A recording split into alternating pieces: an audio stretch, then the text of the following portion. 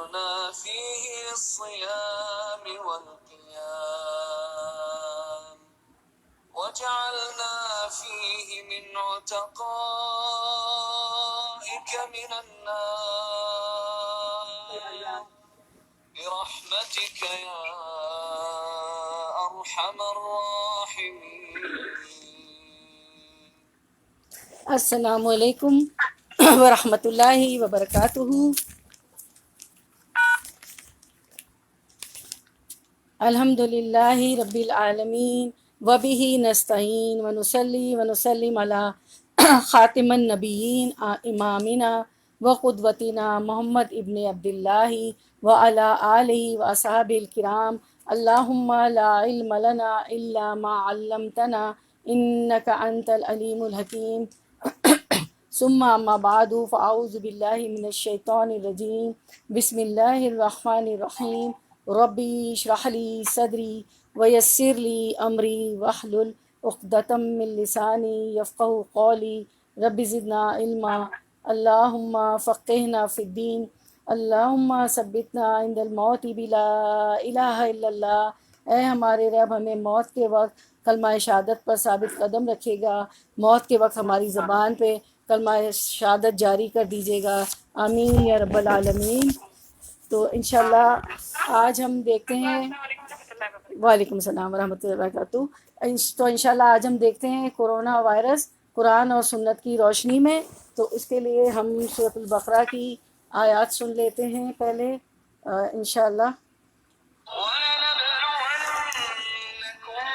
بِشَيْءٍ مِّنَ الْخَوْفِ وَالْجُوعِ وَنَقْصٍ مِّنَ الْأَمْوَالِ وَالْأَنفُسِ وَالثَّمَرَاتِ وَبَشِّرِ الصَّابِرِينَ الَّذِينَ إِذَا أَصَابَتْهُم مُّصِيبَةٌ قالوا إِنَّا لِلَّهِ وَإِنَّا إِلَيْهِ راجعون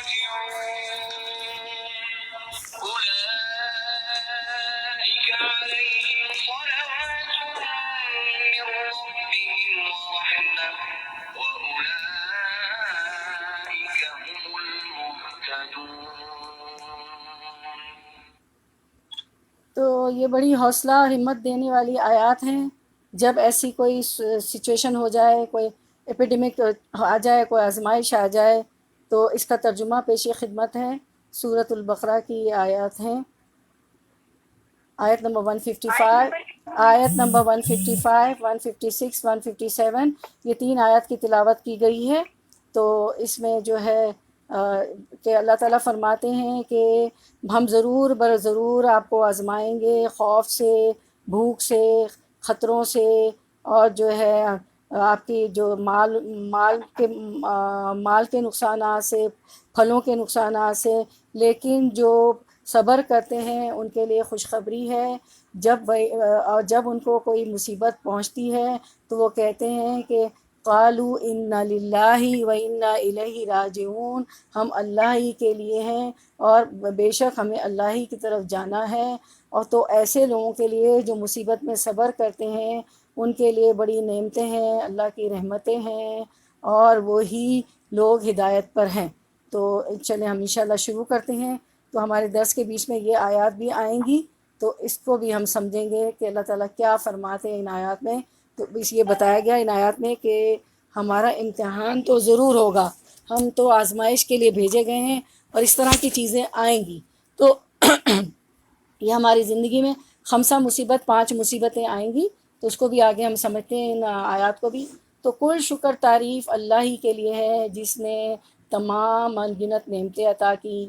ان میں سے سب سے عظیم نعمت دین اسلام کی نعمت ہے۔ یہ ایسا دین ہے، ایسا ضابطہ حیات ہے، مکمل دین ہے، مکمل ضابطہ حیات ہے، زندگی گزارنے کا طریقہ ہے جو کہ ہر دور اور ہر جگہ کے لیے، چاہے ہم کہیں بھی ہوں، سفر میں ہوں، حضر میں ہوں، جنگل میں ہوں، صحرا میں ہوں، پہاڑوں میں ہوں، کہیں بھی ہوں، تو یہ ضابطہ حیات ہر جگہ اور ہر ٹائم کے لیے ہے۔ اور پھر ہم دیکھتے ہیں کہ اللہ سبحانہ تعالیٰ فرماتے ہیں سورۃ المائدہ میں فرماتے ہیں اللہ تعالیٰ کہ آج کے دن ہم نے تمہارے لیے دین کو مکمل کر دیا، تمہارے لیے دین اسلام کو پسند فرمایا۔ تو ہم یہ آیت بھی سنتے ہیں انشاءاللہ کہ وہ کیا ہے، میں پڑھ کے سنا دیتی ہوں آپ کو۔ جی، یہ ہے سورۃ المائدہ کی آیات ہے، میں آپ کو پڑھ کے سناتی دیتی ہوں۔ الیوم اکملت لکم دینکم، یہ والی جو آیت ہے نا، انشاءاللہ میں پڑھ کے سناتی ہوں۔ اچھا، یہ سب میرا آگے پیچھے ہو گیا، پتہ نہیں کیسے، ایک سیکنڈ دیں مجھے، حالانکہ میں نے پوری سیٹنگ کی ہوئی تھی، تو کبھی کبھی ہو جاتا ہے یہ تاکہ ہم اللہ کو پہچانیں کہ ہمارے ہاتھ میں کچھ بھی نہیں ہے، سب کچھ اللہ کے ہاتھ میں ہے، ہمارے ہاتھ میں نہیں ہے۔ تو یہ آیت ہے، ایک سیکنڈ مجھے تھوڑا سا ٹائم دے دیں۔ تو سورۃ الانعام کی آیت ہے، الیوم اکملت لکم دینکم، کہ آج کے دن میں نے تمام دین تم پہ مکمل کر دیا ہے۔ تو اور یہ ہے کہ جب دین مکمل ہو گیا ہے نا، تو ہمیں کوئی ضرورت نہیں ہے کہ ہم ادھر ادھر جائیں، بدعتیں کریں، شرک کریں، کچھ کریں، اس کی ہمیں کوئی ضرورت نہیں رہتی ہے۔ پھر ہم دیکھتے ہیں کہ جب بھی کوئی مسلمان کوئی مسئلہ، کوئی مشکل، کوئی تکلیف، کوئی پریشانی، کوئی آزمائش آتی ہے، کوئی امتحان درپیش ہوتا ہے، تو اللہ اس کے رسول کی طرف پلٹتا ہے صحیح رہنمائی حاصل کرنے کے لیے، کیونکہ ایک سچا مسلمان اور ایک سچا مومن جانتا ہے کہ میری زندگی میں کچھ بھی ہو، کوئی بھی مسئلہ ہو، اس کا حل، اس کا سلوشن میرے دین میں موجود ہے، اس کتاب میں میرا ذکر ہے، اس میں میرے لیے مکمل رہنمائی ہے۔ میں کمزور ہوں، مجھے ہر وقت اللہ کی مدد اور رسول صلی اللہ علیہ وسلم کی مدد کی ضرورت ہے، ہر وقت مجھے قرآن و سنت کی روشنی کی ضرورت ہے، مجھے اس کو دیکھنا ہے، اور میرے دین میں ہر مسئلے کا حل ہے۔ تو یہ جو پینڈیمک، یہ وبا، یہ سزا ہے، یہ عذاب ہے، یا ہمارے گناہوں کی پاداش میں ہے، یہ جو بھی ٹیسٹ ہے، یہ ایک ہمیں یاد دہانی کروا رہا ہے کہ ہم بہت کمزور ہیں۔ اب آپ دیکھیں نا، ساری سائنس، ٹیکنالوجی، میڈیکل ٹیکنالوجی سب فیل ہو گئی نا، لوگ سر جوڑ کے بیٹھے ہیں، اور یہی چیز اللہ کے رسول صلی اللہ علیہ وسلم نے فرمائی تھی کہ تم لوگ سر جوڑ کے بیٹھو گے اور تمہیں علاج نہیں ملے گا۔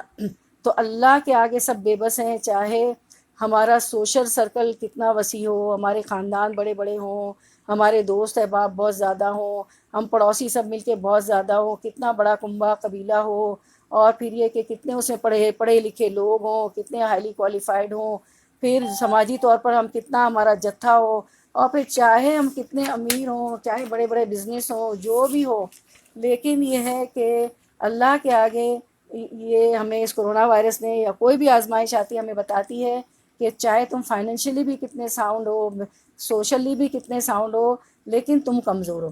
اللہ کے آگے ہم بے یار و مددگار ہیں، ہیلپ لیس ہیں، کمزور ہیں، ہم گناہ گار ہیں، چاہے کتنی ہی ہم نے ترقی کی ہو، کسی ہر میدان میں آج کل تو ہم نے ترقی کی ہوگی۔ ہمارے ہاتھوں میں یہ جو موبائل ہے، جو اللہ کے رسول نے فرمایا تھا کہ لوہا بولے گا، یہ لوہا بول رہا ہے ہمارے ہاتھوں میں، کلک کلک سے کتنے ہم کام کر رہے ہیں، سب کچھ ہو رہا ہے۔ تو ہم دیکھ رہے ہیں کہ یہ جو پینڈیمک، یہ کرونا وائرس آیا ہے، ہم سن بھی رہے ہیں کہ بہت سے ملکوں میں پھیل چکا ہے، لوگوں کی زندگیاں اس سے متاثر ہو رہی ہیں، اموات بھی واقع ہو رہے ہیں۔ تو جب ہمیں دیکھ رہے ہیں، سن رہے ہیں کہ لوگ افیکٹ ہو رہے ہیں، اموات واقع ہو رہی ہے، زندگی متاثر ہو رہی ہے، اور ہم دیکھ رہے ہیں کہ اس کے نتیجے میں جو ہے کوارنٹین ہو گیا ہے، کم سے کم باہر نکل رہے ہیں، گھروں سے کام ہو رہے ہیں، گھروں سے بچے پڑھ لکھ رہے ہیں، سب کچھ گھر سے ہی ہو رہا ہے، اور صرف ضرورت کے تحت نکلتے ہیں، اور بہت سی خبریں ہم سن رہے ہیں۔ تو یہ ہمیں ذہن نشین کر لینا چاہیے کہ زندگی تو ایک آزمائش ہے، اور جو ہے یہ امتحان، آزمائش، ٹیسٹ، گناہوں کی سزا، یہ ٹرائلز اینڈ ٹریبولیشن، یہ زندگی کا حصہ ہے، یہ پارٹ آف لائف ہے۔ اور اللہ تعالیٰ ہمیں تنبیہ کرتے ہیں، وارن کرتے ہیں کہ ایسے میں اللہ کو یاد کرو، اس سے مدد مانگو، اس کی طرف پلٹو، کیونکہ وہی ذات ہے اللہ رب العالمین جو ہمارے معاملے پر قابض ہے، وہ پوری طرح محیط ہے، ہر چیز پہ اس کا کنٹرول ہے، اور اسی کی مدد سے ساری مشکلات آسان ہوں گی، اور وہ علیم ہے۔ تو اس کے علم کو ہم نہیں جانتے، وہ بہتر جانتا ہے کہ کیا غلط ہے، کیا صحیح ہے، ہم اس کے ان تک نہیں پہنچ سکتے ہیں۔ تو پھر ہم دیکھتے ہیں سورۃ البقرہ کی آیت نمبر 214 ہے، ہم دیکھتے ہیں، اس کو پڑھتے ہیں، جانتے ہیں کہ اس میں اللہ تعالیٰ کیا فرماتے ہیں۔ ہم دیکھتے ہیں، پڑھتے ہیں.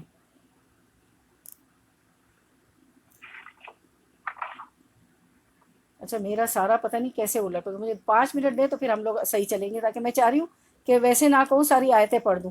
معلوم نہیں کدھر یہ، یا تو انٹرنیٹ چلا گیا میرے اس سے، تو یہ سارا کچھ نہیں ہو رہا ہے. سمجھ نہیں آ رہی مجھے کہاں چلی گئی ساری آیات. سب میں نے لکھی بھی تھی تو سب معلوم نہیں کہاں چلا گیا. ہاں یہ ہے الیوم اکملت لکم دینکم واتممت علیکم نعمتی وردیت لکم الاسلام دینا. یہ تو ہماری پہلی آیت تھی نا کہ اللہ تعالیٰ نے دین مکمل کر دیا ہے، تو ہمیں کسی کے کہیں جانے کی ضرورت نہیں ہے، کہ آج کے دن میں نے تمہارے لیے اسلام کو تمہارے دین کے حیثیت سے قبول کر لیا ہے، لہٰذا حرام حلال کی جو قیود تم پر عائد کی گئی ہے ان کی پابندی کرو. تو ہمیں کسی طرف جانے کی ضرورت نہیں. اس کے بعد اللہ تعالیٰ فرماتے ہیں ام حسبتم ان تدخلوا الجنۃ ولما یاتکم مثل الذین خلوا من قبلکم مستهم الباساء والضراء وزلزلوا حتى یقول الرسول والذین آمنوا معه متى نصر اللہ الا ان نصر اللہ قریب. کیا پھر تم لوگوں نے یہ سمجھ رکھا ہے کہ یوں ہی جنت کا داخلہ تمہیں مل جائے گا، حالانکہ ابھی تم پر وہ سب کچھ نہیں گزرا جو تم سے پہلے ایمان لانے والوں پر گزرا ہے. تو ان پر کیا گزرا؟ مستہم الباساء، ان پر سختیاں گزری، والضراء، مصیبتیں آئیں، وزلزلوا، اور بھی وہ ہلا مارے گئے، تاکہ حتیٰ کہ یقول رسول، حتیٰ کہ وقت رسول، حتیٰ یقول رسول والذین آمنوا، اور اس کے ساتھی جو ایمان لائے تھے وہ چیخ اٹھے کہ متی نصر اللہ، کہ اللہ کی مدد کب آئے گی. تو اللہ تعالیٰ نے فرمایا الا ان نصر اللہ قریب. اس وقت انہیں تسلی دی گئی کہ ہاں اللہ کی مدد قریب ہے.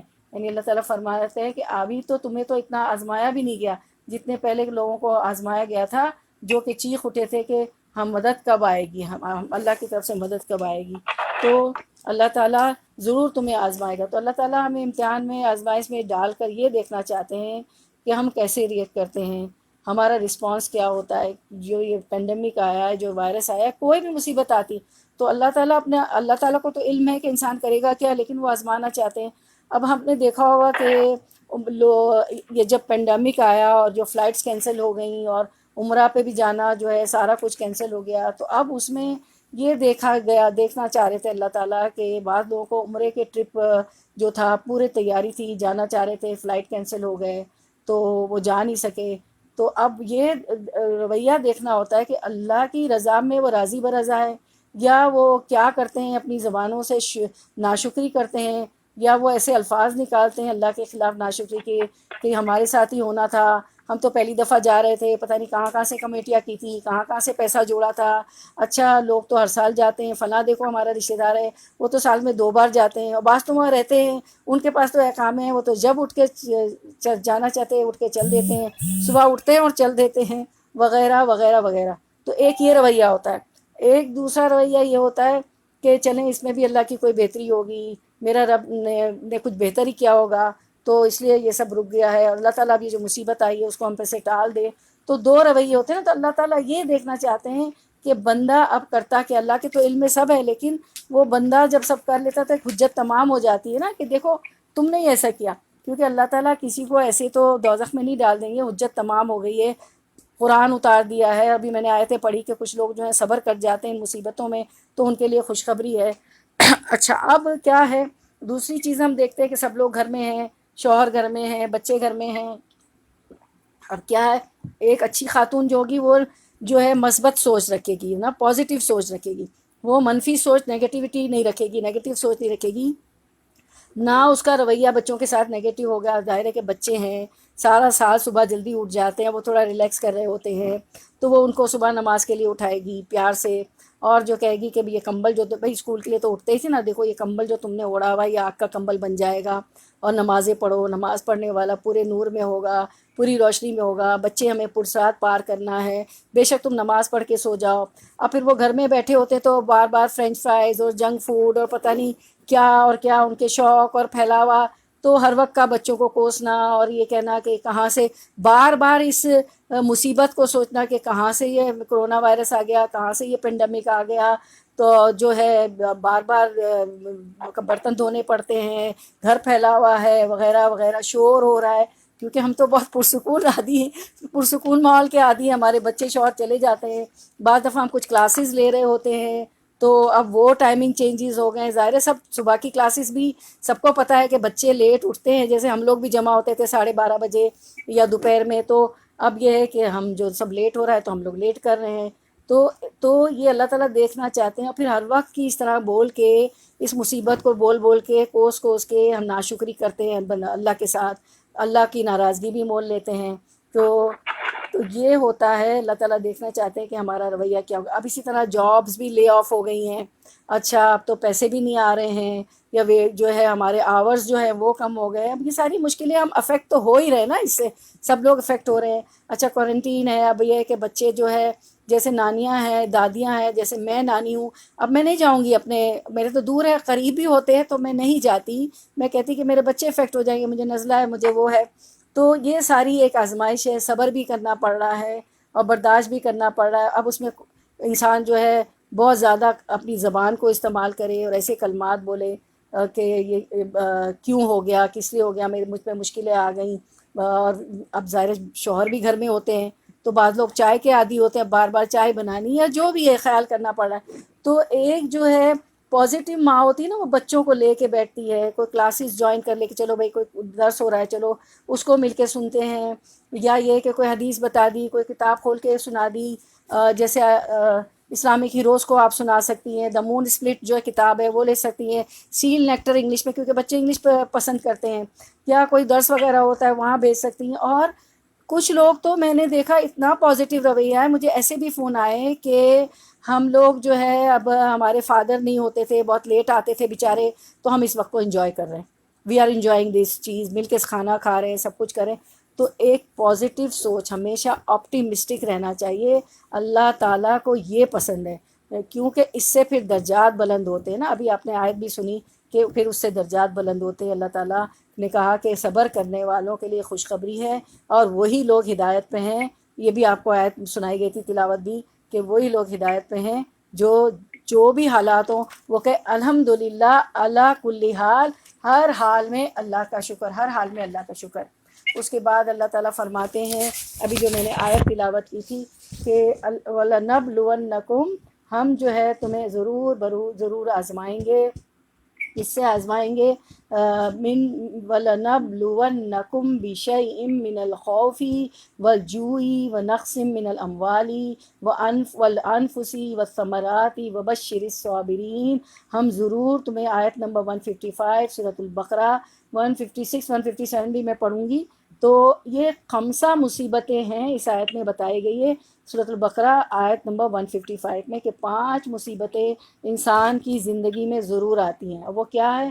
وَلَنَبْلُوَنَّكُمْ، اس میں لام ہے، پھر نون پہ شد ہے، تو اس میں اللہ تعالیٰ نے بہت زور دیا کہ ہم ضرور ضرور تمہیں آزمائیں گے۔ کس سے آزمائیں گے؟ من الخوفی، خوف سے آزمائیں گے، تمہاری زندگی میں خوف ہوں گے، اور جو خوف و خطر ہوں گے، فاقہ کشی ہوگی، نقص من اموال، جان و مال کے نقصانات سے، والانفس، جان کے نقصان، والثمرات، اور آمدنیاں یا پھل وغیرہ، کھیت کھلیان نہیں ہوں گے، وبشر الصابرین، تو جو اس حال میں صبر کریں گے ان کے لیے خوشخبری ہے۔ تو بشیء من الخوف، خوف کیا ہوتا ہے؟ خوف آج کل ہمیں یہی ہو گیا تھا نا، جیسے ہی یہ کوارنٹین، کیا ہمیں کہا گیا کہ آئسولیشن میں رہنا ہے، کم سے کم نکلیں گے، شاپس بند ہو جائیں گی، جلدی سے راشن خرید لو، تو یہ خوف ہو گیا کہ جلدی بھاگے، اشیاء ختم ہو جائے گی، اس کی ہورڈنگ ہوگی، جب ہورڈنگ ہوتی ہے تو جو اکنامکس کی اسٹوڈنٹ ہے وہ بہت اچھی طرح جانتی ہیں کہ جب ہورڈنگ ہوتی ہے نا تو چیزیں مہنگی ہو جاتی ہیں، جب لوگوں کو چیزیں ہولڈ کرنا شروع کر دیتے ہیں، جمع کرنا شروع کر دیتے ہیں، تو وہ مال زیادہ بک جاتا ہے، اب وہ بک جاتا ہے تو کیا ہوتا ہے، اس کی ہورڈنگ جو ہوتی ہے نا، لوگ اپنے اپنے گھر میں ہولڈ کر رہے ہوتے ہیں، جمع کر رہے ہوتے ہیں، تو قیمتیں بڑھ جاتی، مال کم ہو جاتا ہے، مارکیٹ میں قیمتیں بڑھ جاتی۔ اب جن کی جو بیچارے لمیٹڈ بجٹ والے ہوتے ہیں کہ مجھے گروسری اتنی میں کرنے، تو ان کو خوف ہو گیا کہ اب تو یہ مہنگا ہو جائے گا، میں تو اتنا ایکومولیٹ نہیں کر سکتی ہوں، کچھ لوگوں نے بہت بڑھ لیا، اور اگر یہ نہ ملے گا تو بچوں کا پیٹ کیسے پالیں گے، خود کا پیٹ کیسے پالیں گے، کیا ہوگا؟ پھر ہم دیکھتے ہیں کہ جب تو یہ سارے خوف ہے۔ آپ صلی اللہ علیہ وسلم مکے سے ہجرت کر کے مدینہ تشریف لائے، جب مدینہ تشریف لائے تو ایک خوف کی کیفیت تھی. دشمنوں نے آپ کو پتہ ہے جنگیں بھی پیچھا نہیں چھوڑا، ہر وقت خوف رہتا تھا. تو آپ سے جو ہے سو نہیں پاتے تھے، یعنی کہ دیکھتے رہتے تھے رات میں بھی، خبر گیری رکھتے تھے، دیکھتے رہتے. ظاہر بنسان ہیں، بشر ہیں، پیغمبر ہیں، بہت اعلیٰ مرتبہ ہے. ہم تو ان کے خاک پاکو بھی نہیں ہیں. تو ایک دن فرماتے ہیں صحابہ کرام اجمعین سے کہ کون ہے جو پہرا دے تو میں سو جاؤں. دیکھیں اللہ کے رسول صلی اللہ علیہ وسلم سوتے بھی نہیں تھے اپنی امت کے لیے، اپنے صحابہ کرام کے لیے. تو ایک صحابی وہ اٹھے، وہ کہنے لگے کہ میں پہرا دیتا ہوں، پھر اس رات آپ سوئے. تو خوف کی کیفیت تو ہمیشہ رہی ہے نا. تو یہی چیزیں اب آپ دیکھیں نا، یہ جو ہم آیت پڑھ رہے ہیں قرآن مجید 1400 سال پہلے، تو کئی طرح کے خوف ہوتے ہیں. پھر یہ ہوتا ہے کہ نیچرل ڈیزاسٹر ہو جاتا ہے. ہریکین سینڈی آیا تھا، اس میں بھی آپ دیکھیں کہ جو لوگ سمندر کے قریب ہیں، بیچ کے پاس تھے، اسی نیو یارک کی بات کر رہی ہوں میں، تو ساری ان کی دکانیں، گھر سارے ڈوب گئے. اور کچھ ایسے آئٹمس تھے جو شاپس وغیرہ میں، اسٹوریج وغیرہ بھی ان کے وہاں تھے، تو وہ بھی ان کا بیچنے والا جو دکان کا، شو رومز کا، شاپس کا جو سامان آئٹمز ہوتے ہیں وہ بھی ڈوب گیا. اور کچھ تو گتے کے ڈبے میں ہوتا ہے آپ کو، تو ٹن والے تو نہیں اتنے، لیکن ٹن کو بھی زنگ لگ جاتا ہے. انشورنس کمپنی میں نے بھی ان کو نہیں دیے، جو انشورنس کے ساتھ ہوتا ہے ہماری جو پریمیم ہوتا ہے، تو وہ بھی نہیں، کہ یہ کور نہیں، وہ کور نہیں. تو یہ نقصان ہم دیکھتے آ رہے ہیں. تو پھر جو کی خیفیت، جو یعنی کہ بھوک بھی ہو جائے گی. اب آپ دیکھتے ہیں کہ کتنا بعض دفعہ افریقہ میں ادھر ادھر قحط ہو جاتا ہے، اور جو ہے فیمائن آ جاتا ہے، ڈرافٹ آ جاتا ہے. یوسف علیہ السلام کے دور میں بھی آپ نے پڑھا، دورہ قرآن کر کے آ رہی ہیں پورا، کہ قحط سالی ہو گئی، قحط آ گیا. تو اللہ تعالیٰ بھوک کی کیفیت سے بھی آزمائیں گے انشاءاللہ. اور ہم دیکھتے ہیں کہ صحابہ کرام اجمعین بھی، بی بی عائشہ رضی اللہ عنہ فرماتی ہیں عبداللہ بن زبیر سے. کون ہے عبداللہ بن زبیر؟ کوئی انمیوٹ کر کے کہے گا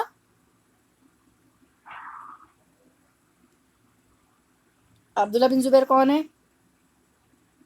وہ بی بی عائشہ کے بھانجے ہیں، بہن کے بیٹے آسماء رضی. جزاک اللہ، جی ہے ان کی بہن حضرت، جزاک اللہ ہے، ان کی بہن حضرت اسماء کے بیٹے. تو عبداللہ بن زبیر چونکہ ان کی بہن کے بیٹے تھے، تو وہ ظاہر ہے کہ بھانجے سے تو پردہ نہیں ہوتا، بھانجے بھتیجے سے. تو انہوں نے ڈائریکٹ علم لیا بی بی عائشہ رضی اللہ عنہ سے، بہت انہوں نے علم لیا، بہت فائدہ اٹھایا، کیونکہ ان کی خالہ تھی بی بی عائشہ رضی اللہ عنہ. تو وہ فرماتے کہ بی بی عائشہ رضی اللہ عنہ سے میں نے پوچھا، وہ کہنے لگی کہ ہمارے گھروں میں چولہا نہیں جلتا تھا، ٹھیک ہے، 2 مہینے چولہا نہیں جلتا تھا، اور ہم 2 کالی چیزوں پہ گزارا کرتے تھے، پانی اور کھجور پہ. اب آپ جو ہے ذوالقرنین کے واقعے میں پڑھ چکی ہیں، ابھی آپ دورہ قرآن سے گزری ہیں، کہ وہ ایک بستی پہ گیا جہاں پانی جو ہے گدلا کالا ہو رہا تھا. تو رات کے وقت پانی جو ہے کالا لگتا ہے نا، تو اس لیے انہوں نے کہا کہ 2 کالی چیزوں پہ گزارا تھا، کھجور اور پانی پہ. تو اب آپ دیکھیں ایسا وقت بھی گزرا ہے نا. اور ہمیں تو اتنا خوف تھا کہ ہوڈنگ ہم کر رہے ہیں، لے کے بھر بھر کے بہت رکھ رہے ہیں. دنیا میں جو ہے کموڈیٹیز جو ہے کم ہو جائیں گی، ہمیں ملیں گی نہیں راشن کی چیزیں، چاول دال آٹا والا کموڈیٹیز کم ہو جائیں گی، مہنگی ہو جائے گی. ایسا کچھ نہیں ہے، ہمیں پھر بھی مل رہا ہے. ٹھیک ہے ورکنگ آورز کم ہو گئے ہیں ساری شاپس کے، لیکن ہمیں سب مل رہا ہے الحمدللہ. تو وہ یہ بھی لوگ تھے. اب ہم جائیں تو صحابہ کرام کو، تو پھر ہم جاتے ہیں جنگ خندق کی طرف، تو خندق کھودنے لگے. جنگ ہو رہی تھی مدینے کے اندر، ڈیسائیڈ ہوا کہ خندق کھودی جائے گی. میں بھوک کی بات کری ہوں، جو کی خوف تو ہو گیا نا، ویسے تو لمبا جائیں تو بس. اب جو کی بات کریں، آیت نمبر 155 سورۃ البقرہ. تو ہم یہ دیکھ رہے ہیں کہ ہمیں پینک نہیں ہونا ہے، کیا کیا گزرا ہے اور کیا کیا ہو رہا ہے. تو ہم خوف کی جب بات کر رہے ہیں، وہ جو کی جب ہم بات کریں، الجو بھوک کی، جیم واو عین جو، بھوک کی ہم بات کر رہے ہیں. تو ہم دیکھتے ہیں کہ جب جنگ خندق کھودی جا رہی تھی، جنگ خندق ہونے سے پہلے، کیونکہ بہت سارے پورا عرب ورلڈ آ گیا تھا لڑنے کے لیے، مقابلہ کرنے کے لیے. تو یہ ڈیسائیڈ ہوا صحابہ کرام اور آپ وسلم کے درمیان کے مدینے کے اندر خندق ٹرینچ کھودی جائے، بیٹل آف ٹرینچ یا جنگ خندق، ٹھیک ہے، ٹرینچ کھودی جائے، خندق کھودی جائے.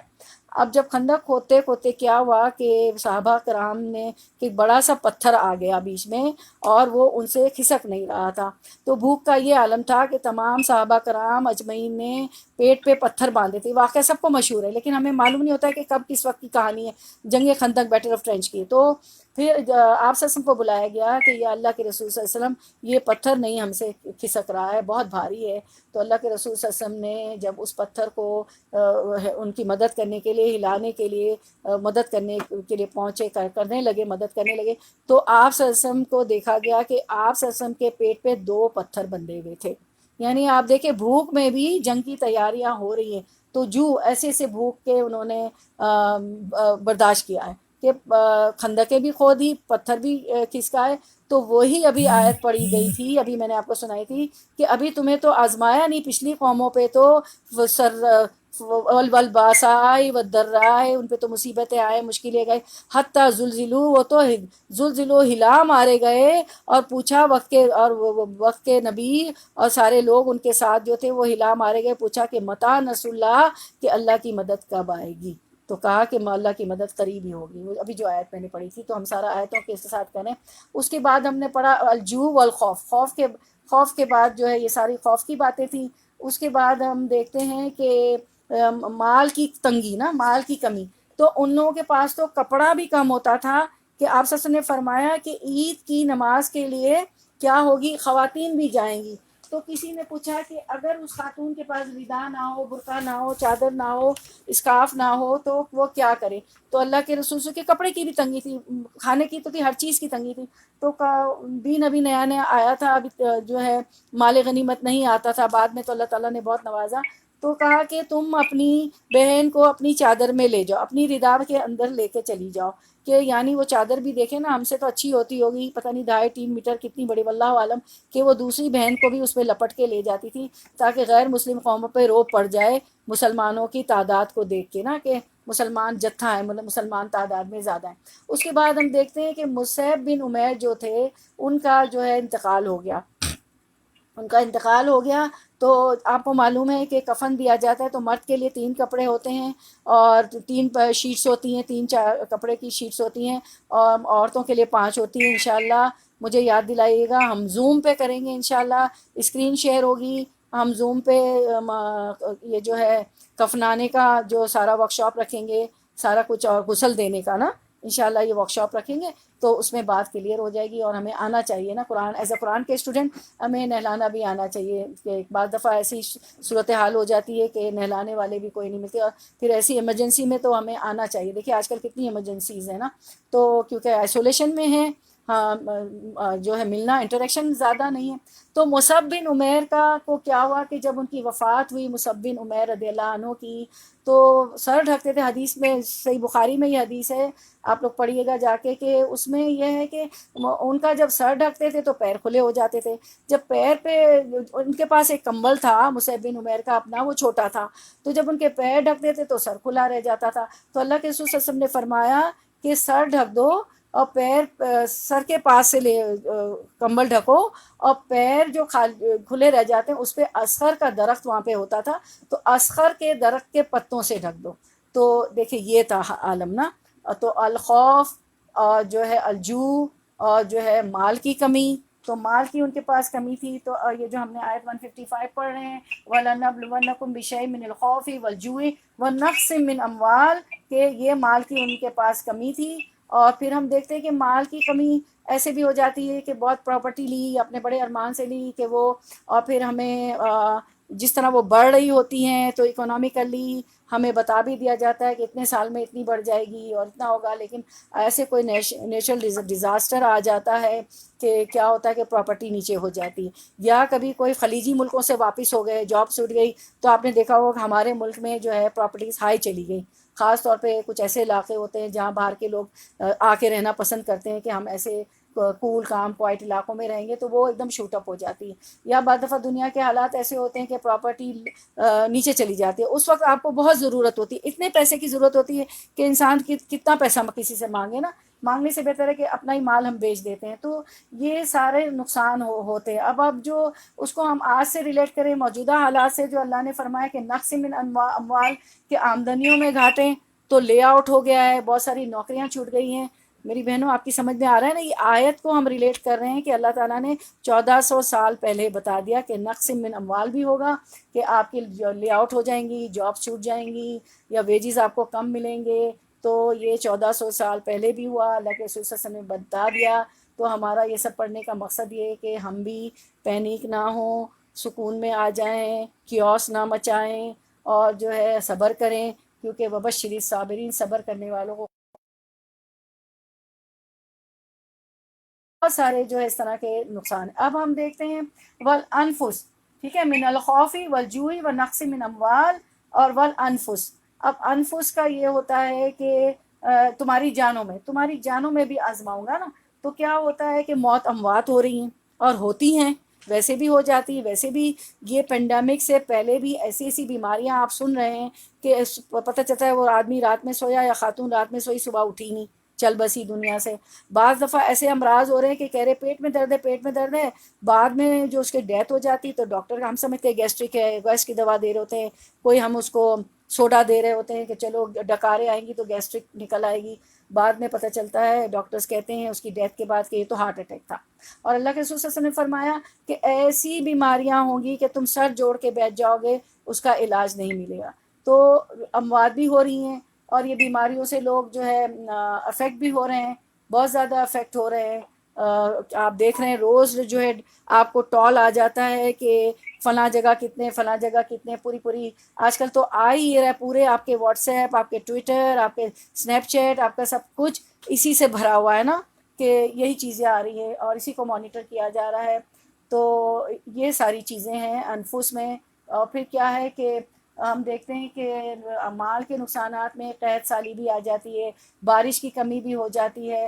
اور بعض دفعہ ہم خوش ہوتے ہیں کہ بارش جو ہے کھیت کھلیان ہو جائیں گے، لیکن ہم پچھلی قوموں کو دیکھتے ہیں ساروں کے عذاب دیتے ہیں، قوم عاد، قوم سمود، قوم لوط وغیرہ. تو کیا ہوا تھا کہ ان میں سے ایک قوم نے سمجھا کہ اب بارش ہو گئی، کھیت کھلیان ہو گئے، اور وہ بارش ان کی تباہی کا سبب بن گئی. اس لیے جب بھی بارش ہو تو آپ سسم 2 رکعت نفل پڑھتے تھے، اس لیے پڑھتے تھے اور کہتے تھے کہ میں ڈرتا ہوں کہ پچھلی قوموں پہ یہ عذاب بن کے آ گئی تھی، تو 2 رکعت نفل پڑھ لینا چاہیے. اس کے علاوہ بارش بعض دفعہ ایسی بھی ہوتی ہے جس کو سائنس بھی پروف کر رہی ہے کہ وہ جو ہے کھیت کھلیان کو فائدہ نہیں دیتی.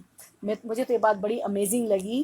آپ لوگوں کو بھی پتہ ہوگا ماشاءاللہ کہ بعض دفعہ بارش ہونے کے باوجود بھی نفع نہیں ہوتا، کھیت کھلیان نہیں ہوتے نا.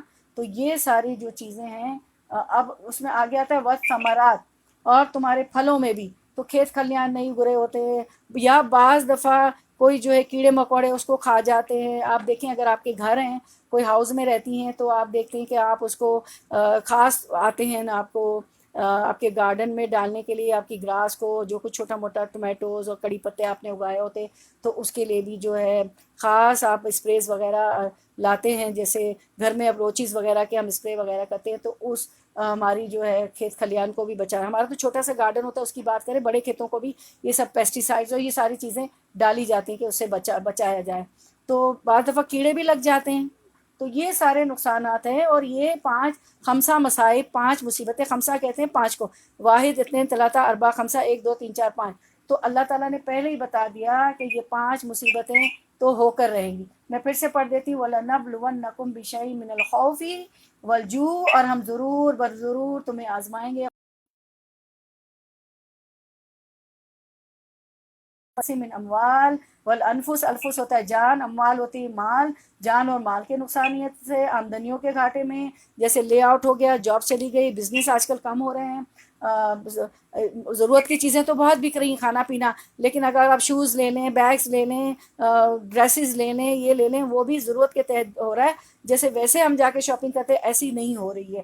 تو نقصان ہو رہا ہے، آمدنیوں کے گھاٹے ہو رہے ہیں. بس ثمرات، اور اس کو ثمرات کو اللہ نے اس میں ترجمہ کیا ہے آمدنیوں کے گھاٹے میں، اور وہ ہم دیکھ رہے ہیں گھاٹا ہو رہا ہے. وبشر الصابرین، تو ان حالات میں جو لوگ صبر کریں گے تو ان کے لیے بڑی خوشخبری، وبشر یعنی خوشخبری سے. اس کے بعد ہم دیکھتے ہیں آیت نمبر 156، اس کے بعد والی آیت سورۃ البقرہ کی ہے کہ اور جب کوئی مصیبت پڑے تو کہے کہ ہم اب خوشخبری ہے ان لوگوں کے لیے جو صبر کرتے ہیں. اور وہ صبر کرنے والے کون ہیں؟ الذین اذا اصابتہم مصیبت، اور جب کوئی مصیبت پڑے، قالو تو وہ کہتے ہیں ان للہ، بے شک ہم اللہ کے لیے، وَإِنَّ إِلَيْهِ رَاجِعُونَ، اور ہم اسی کی طرف پلٹ کر ہمیں جانا ہے. انہیں خوشخبری دے دو. کون؟ جو یہ کہیں گے کہ کوئی بات نہیں،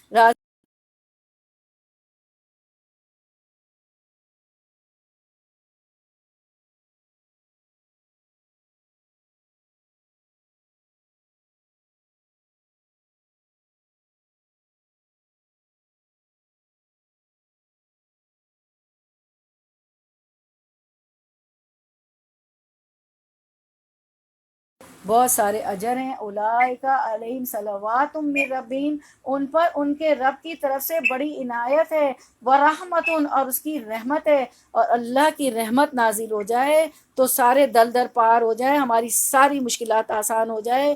اللہ کی رحمت کی دعا کیجئے میری بہنوں. نگیٹیوٹی مت کر لیے. اگر بچے گھر میں ہیں، شوہر گھر میں ہیں، کام زیادہ بڑھ گئے ہیں، الٹا روٹین چل رہا ہے، تو ان کو کچھ سکھائیے، ان کو کوالٹی ٹائم دیجئے، ان کو حق کیجئے، ان کو کس کیجئے، ان کو لے کے بیٹھیے، ان پہ صبر کیجئے. اللہ کے رسول صلی اللہ علیہ وسلم کوئی بھی برا کرتا تھا تو دعا دیتے تھے.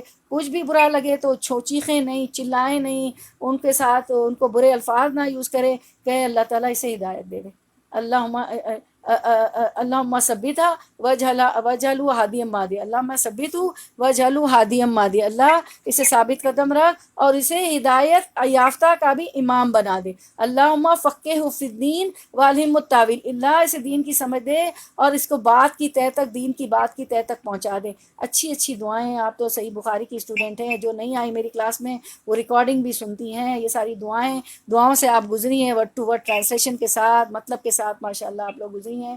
تو بچوں کے لیے دعا کیجیے، اور پتہ نہیں کون سی گھڑی قبولیت کی ہو اور آپ کا بچہ ہدایت یافتہ کا بھی رہنما بن جائے اور آپ کے لیے صدقہ جاریہ بنا جائے. تو اس کو کوالٹی ٹائم دے بچوں کو. ایک کبھی اٹھائے نہیں، تم تو سب کھانا لگا چکی، اٹھا چکی، برتن دھو چکی، میں نے کچن کلوز کر دیا، اب تم بڑے اٹھ کے آ گئے ہو وغیرہ وغیرہ. نہیں، 1 to 1 بیس. ایک بچہ آپ کو ملا ہے موقع، ٹائم دے، الگ الگ time they, 1 to 1 base collectively. اور ایک بچے کو الگ الگ اہمیت دینا، امپورٹنس دینا، اس کی بات سننا، آئی کانٹیکٹ رکھیں، موبائل میں ادھر ادھر توجہ نہیں ہونی چاہیے. لقمان اپنے بیٹے سے کہتے ہیں کہ بیٹا گال موڑ کا، خط کے الفاظ ہیں، خط اپنا گال موڑ کے بات نہ کر، تو آئی کانٹیکٹ سے بات کرے. بچوں کو یہی شکایت ہے کہ آپ تو ہر وقت جو ہے میسیجز میں ہوتی ہیں اور کلک کلک ٹک ٹک ٹک ٹک کر رہی ہوتی ہے، تو اس سے بچیں. اس کے بعد ہم دیکھتے ہیں کہ اللہ تعالیٰ فرماتے ہیں، آیت نمبر 157 میں بتا رہی تھی کہ ان پر اللہ کی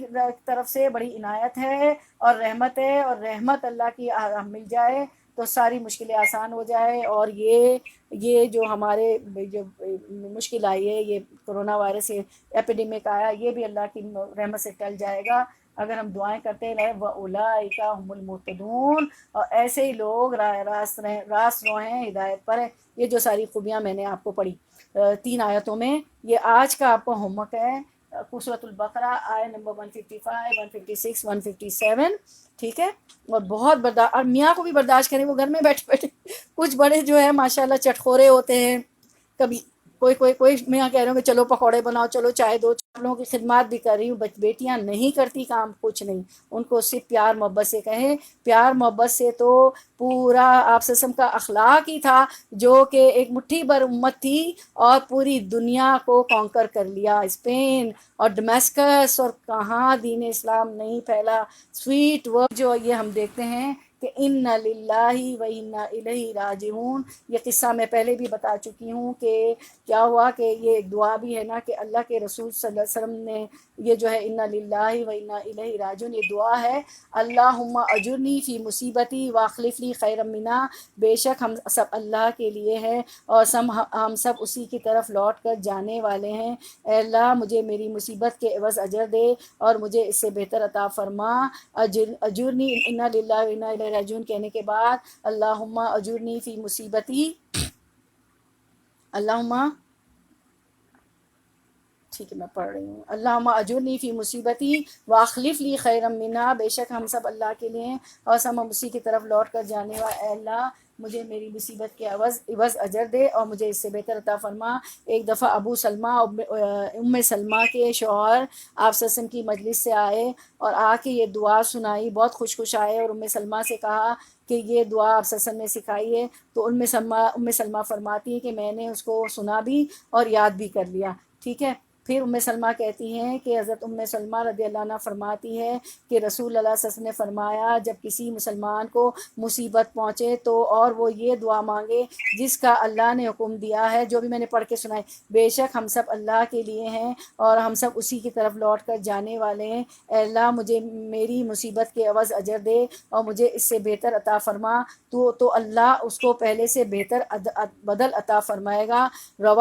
صحیح مسلم نے اس کو روایت کیا 2126 اور آپ کی ویا کا نستعین اور قرآنی و مسین دعا جو آپ کے ہاتھوں میں اس میں ہے، جس کے پاس نہیں ہے وہ جو ہے ایپ ڈاؤن لوڈ کر لے، ٹھیک ہے۔ تو پھر کیا ہوا کہ وہ فرماتی ہیں کہ میں نے یہ دعا یاد کر لی۔ اب سلمہ ان کے شوہر نے ہی سکھائی تھی اور انہی کا انتقال ہو جاتا ہے کچھ عرصے بعد، تو وہ فرماتی ہیں کہ میں نے یہ دعا پڑھ لی، ان کا انتقال ہوا کہ اللہ یہ دعا پڑھ لی۔ اس کے بعد میں نے سوچا کہ سلمہ سے ابو سلمہ سے بہتر میرا کون شوہر ہو سکتا ہے، وہ تو بہترین شوہر تھے۔ جیسے ہم سب خیال کرتی ہیں کہ ہمارے شوہر سے بہتر کوئی شوہر نہیں، کیونکہ انہوں نے اتنا اچھا رکھا ہے، ہمیں کما کے لا کے دیتے ہیں، تو پلیز ان کی ناشکری نہ کریں۔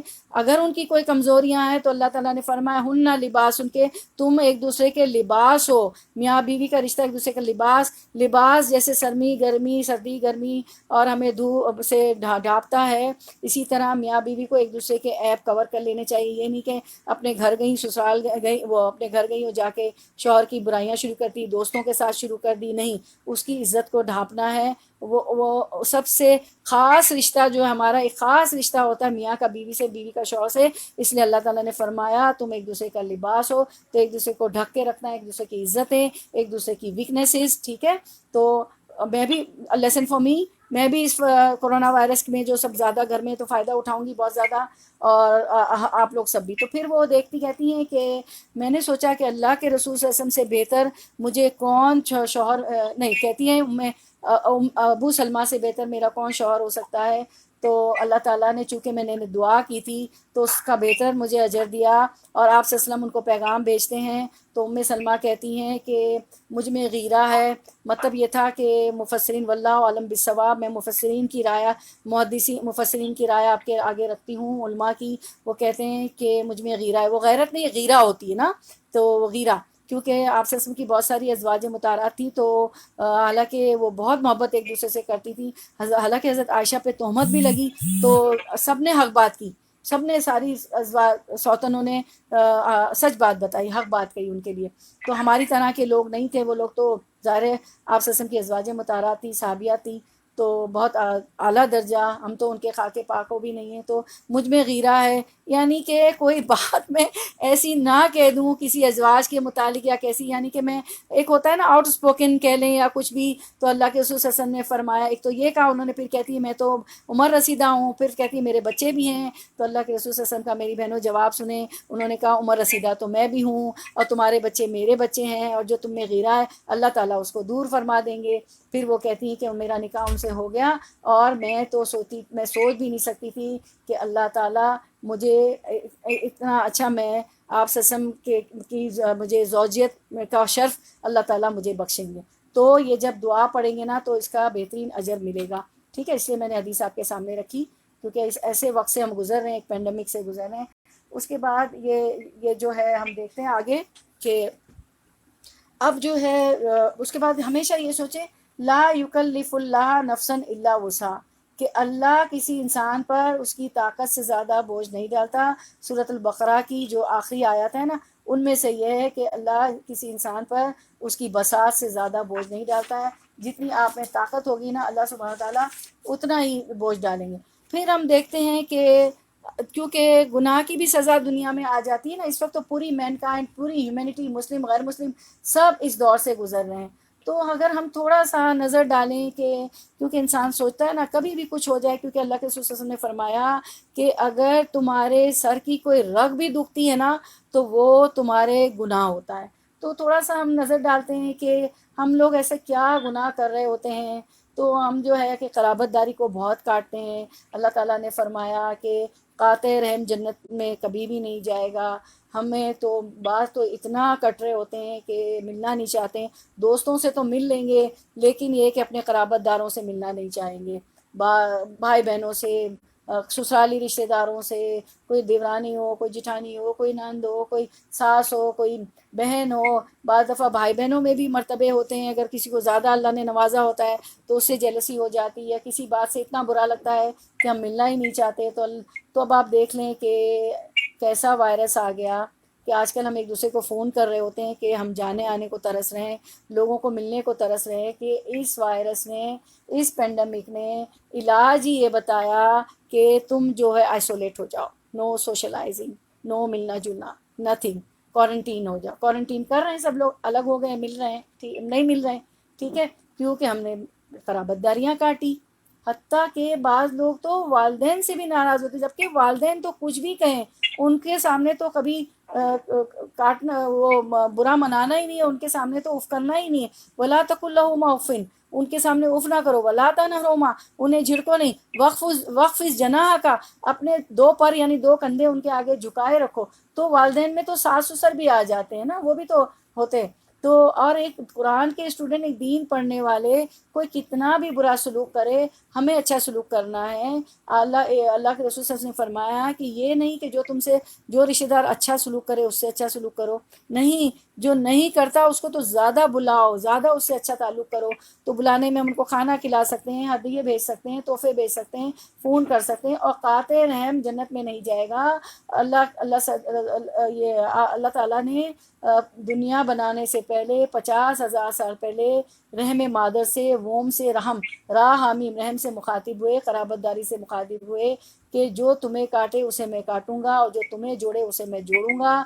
تو قرابت داریوں کو جوڑیے. اور پھر ہم دیکھتے ہیں کہ اگر جس کو روایت میں آتا ہے کہ لمبی عمر چاہیے، رشق میں کشیدگی چاہیے، تو کیا کرے کہ قرابت داری جوڑے. تو اگر آپ کے دور قریب کے جو بھی رشتہ دار ہیں، اب یہ کوارنٹین جو ہے ختم ہوگا. اچھا، اس کے دو پروننسیشن سننے میں آ رہا ہے، کوئی کوارنٹائن کہہ رہا ہے، کوئی کوارنٹین کہہ رہا ہے. تو میں معذرت خواہ ہوں، جو بھی آپ کہنا چاہے کہہ لیں، کیونکہ ہر زبان کے آپ کو پتہ ہے نا کہ ڈائلیکٹ ہوتے ہیں اور ایکسنٹ ہوتے ہیں. تو جو ہے کوارنٹین کہنا چاہے کوارنٹین جو ہے تو اس کے لیے. اچھا، اب اگر لمبی کے اعلیٰ اعمال ایسے نہیں، اگر قرابت داری سے ہمیں لمبی عمر مل جاتی تو ہمارے تو اعمال ایسے ہے ہی نہیں. ہمیں تو کہ ہم اللہ کو منہ دکھائیں، اللہ کے پاس جائیں، اللہ کا چہرہ چاہنے کے لیے سارے کام کرنے چاہیے. وہ تو ہم کر ہی رہے ہیں، انشاءاللہ کوشش شروع کر دی، اللہ اور توفیق دے.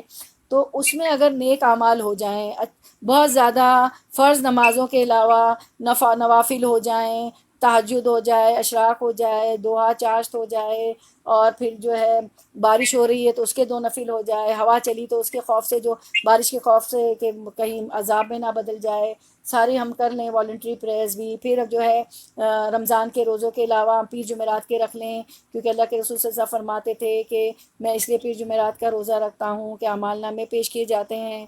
پھر اس کے بعد ہم جو ہے ایام بیت کا رکھ لیں، 13 چاند کی قمری چاند کی 13 14 15 تاریخ کا. تو اس میں تو پورے دہر کے روزوں کا ثواب، دہر کہتے ہیں پورے زمانے کا. اور سورۃ الدہر اور سورۃ الانسان بھی ہے نا، سورۃ الدہر کے 2 نام ہیں، تو سورۃ الدہر بھی ہے. تو پورے دہر، پورے زمانے کے ہمیں ثواب ملے گا. تو اگر صرف قرابت داری سے لمبی عمر مل جائے تو ہم کتنی جنتیں کما سکتے ہیں. اس پر میں آپ کو ایک واقعہ بتاؤں کہ ایک دفعہ 2 انسان، 2 صحابی تھے جو ایک ساتھ مسلمان ہوئے تھے، ایمان لائے تھے. اب کیا ہوا کہ جو ہے ان میں سے ایک شہید ہو گئے، اور شہادت کا مرتبہ تو آپ کو پتہ ہے کہ بہت بلند ہے. اور دوسرے جو ہے ان کے بعد جو ہے ان کا انتقال ہو گیا. تو کسی نے خواب میں دیکھا کہ جو بعد میں جس کا انتقال ہوا ہے وہ ان کے کچھ زیادہ مرتبے وغیرہ، دا جسٹ آف دا حدیث، the interpretation of the meaning میں بتا رہی ہوں. تو اللہ کے رسول صلی اللہ علیہ وسلم نے فرمایا کہ وہ اس سے ایک ساتھ زیادہ رہا دنیا میں، تو اس نے اس سے زیادہ، اس کی نمازیں ہو گئیں، اس سے زیادہ روزے ہو گئے، اس سے زیادہ عبادت ہو گئے. تو لمبی عمر جو ہوتی ہے وہ بھی اگر اللہ کی عبادت میں گزرے اور قرآن و سنت پہ گزرے، اللہ کے مطیع و فرما بردار ہو کے گزرے، اللہ کے احکامات پہ چلے، حلال بھی ہو، اس میں حرام بھی نہ ہو، حلال رزق بھی ہو، سارے کام بھی حلال ہوں، اور حقوق العباد بھی اچھا ہو، بندوں کے حقوق شوہر بھی، بچوں کے بیوی شوہر کے دے، اور والدین کے، قرابت داروں کے. یہ مذہب تو ایسا ہے کہ کہتا ہے کہ راہ کے مسافر کے بھی حق ہے اور آداب ہیں. یہ تو ایسا مذہب ہے، ٹھیک ہے. اور سب کو ہم معاف کر دیں، کیونکہ جو معاف نہیں کرتا اس کو معاف نہیں کیا جاتا. تو پھر کیا ہوگا؟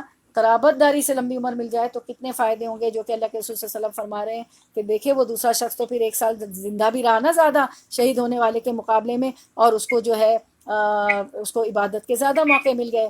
تو پھر اس کے بعد ہم دیکھتے ہیں کہ ایک تو عمر لمبی ہوگی، ایک تو رزق میں برکت ہو، کشادگی ہو جائے گی ہماری. اور میری بہنوں کس کو نہیں ضرورت ہے، بڑے گھر کی ہمیں ضرورت ہے. بچوں کو اچھی یونیورسٹی چلیں، اسکول یہاں فری ہیں. ہم چاہتے ہیں بچے دنیا بھی حاصل کریں، کیونکہ دنیا میں بھی اچھے ہمیں ڈاکٹرز چاہیے، انجینئرس چاہیے، آرکیٹیکٹ چاہیے. اسپیس میں کتنا کچھ ہو رہا ہے اب تو، اسپیس کی ٹیکنالوجی آ گئی ہے. کتنا علم کتنا بڑھ گیا ہے کہ کتنے کتنے نام ہیں نا ایجوکیشن کے بھی. کیوں نہیں چاہیے پیسہ ہمیں؟ پھر بعض جن کے بچے پیدا ہوئے ہیں وہ چاہتے ہیں، اتنی خواتین ہیں جو میں دیکھتی ہوں کہ وہ بیچاری کہتی ہیں کہ ہمارا پورا نہیں ہو رہا ہے. اسلامک اسکولز جو ہیں وہ اتنے مہنگے ہوتے ہیں، تو پیسوں کی کہاں ہمیں ضرورت نہیں ہوتی. ہمیں ہو تو ہم بچوں کو شروع سے ہی اسلامک اسکولز میں ڈال دیں، کیونکہ اس میں بھی ہمارا جو ہے یہاں کا کورس ہوتا ہے سارا. ہماری یہاں جو پبلک اسکول میں جو کورس ہوتا ہے کورس وہی ہوتا ہے، لیکن ساتھ میں اسلامک ٹیچنگز بھی ہوتی ہیں. تو وہ بچہ تو پھر ظاہر ہے وہ دین جاننا ہوتا ہے، تو پیسہ بھی ہمیں چاہیے ہوتا ہے. تو عمر تو آپ قرابت داری نبھائیں تو اللہ تعالیٰ جو ہے عمر بھی لمبی کرے گا، رزق میں بھی ہماری کشادگی ہوگی، رزق بھی وسیع ہو جائے گا. تو اس کے بعد ہم دیکھتے ہیں کہ اب دیکھیں نا، آپ جب قرابت داری کاٹی تو اللہ تعالیٰ کیسا وائرس آ گیا کہ اب جو ہے ہم ترس رہے ہیں، لوگوں کو دیکھنے کو ترس رہے ہیں. جو میری جیسی نانی نواز دادیاں ہیں وہ تو معصوم بچوں کو دیکھنے کو ترس رہے ہیں. جب بچے بلاتے آؤ آؤ تو میں کہتی ہوں نہیں ابھی یہ ہے ابھی وہ ہے، نہیں آتی ہوں. جب جانے نہیں مل رہا ہے تو آپ دیکھ لیں، میں اپنی ہی بات بتا رہی ہوں کہ ایک تڑپ آ گئی کہ کہاں اڑ کے بھاگ جائیں. تو کیا ہے، یہ سارا امتحان ہے، یہ سارا ٹیسٹ ہے ہمارا، کہ جب نعمتیں ہوتی ہیں تو اس کی قدر نہیں ہوتی ہے، اس کو فور گرانٹیڈ لے رہے ہوتے ہیں، اللہ کا شکر نہیں نکل رہا ہوتا ہے. تو مجھے معلوم ہے شکر کے کارڈ آپ کے پاس ہیں، آپ لوگ پڑھ رہے ہیں. اور آج کوئی بہن اس کی پک ڈال دیں، کیونکہ ابھی ہم موجود نہیں ہیں کہ ہم فوٹو اسٹیٹ دیں، زیروکس نکال کے دیں. تو جتنی بہنیں آپ دیں گی اس پہ واٹس ایپ پہ ڈال دیں گی، تو جتنی بہنیں وہ شکر کی ساری دعائیں پڑھیں گی، کیونکہ بہت ساری دعائیں اور ان میں سے بہت سی ہمیں آتی ہوتی، تو آپ کو بھی اجر ملے گا جو بھی بہن اس کی پک ڈال دے گی. میں بھی کوشش کرتی ہوں اگر مجھے کہیں سے مل جائے. اس دن میں نے وعدہ کیا لیکن مجھے ملی نہیں ہے، اور پتہ نہیں ٹھیک ہے میں بھی کوشش کرتی ہوں.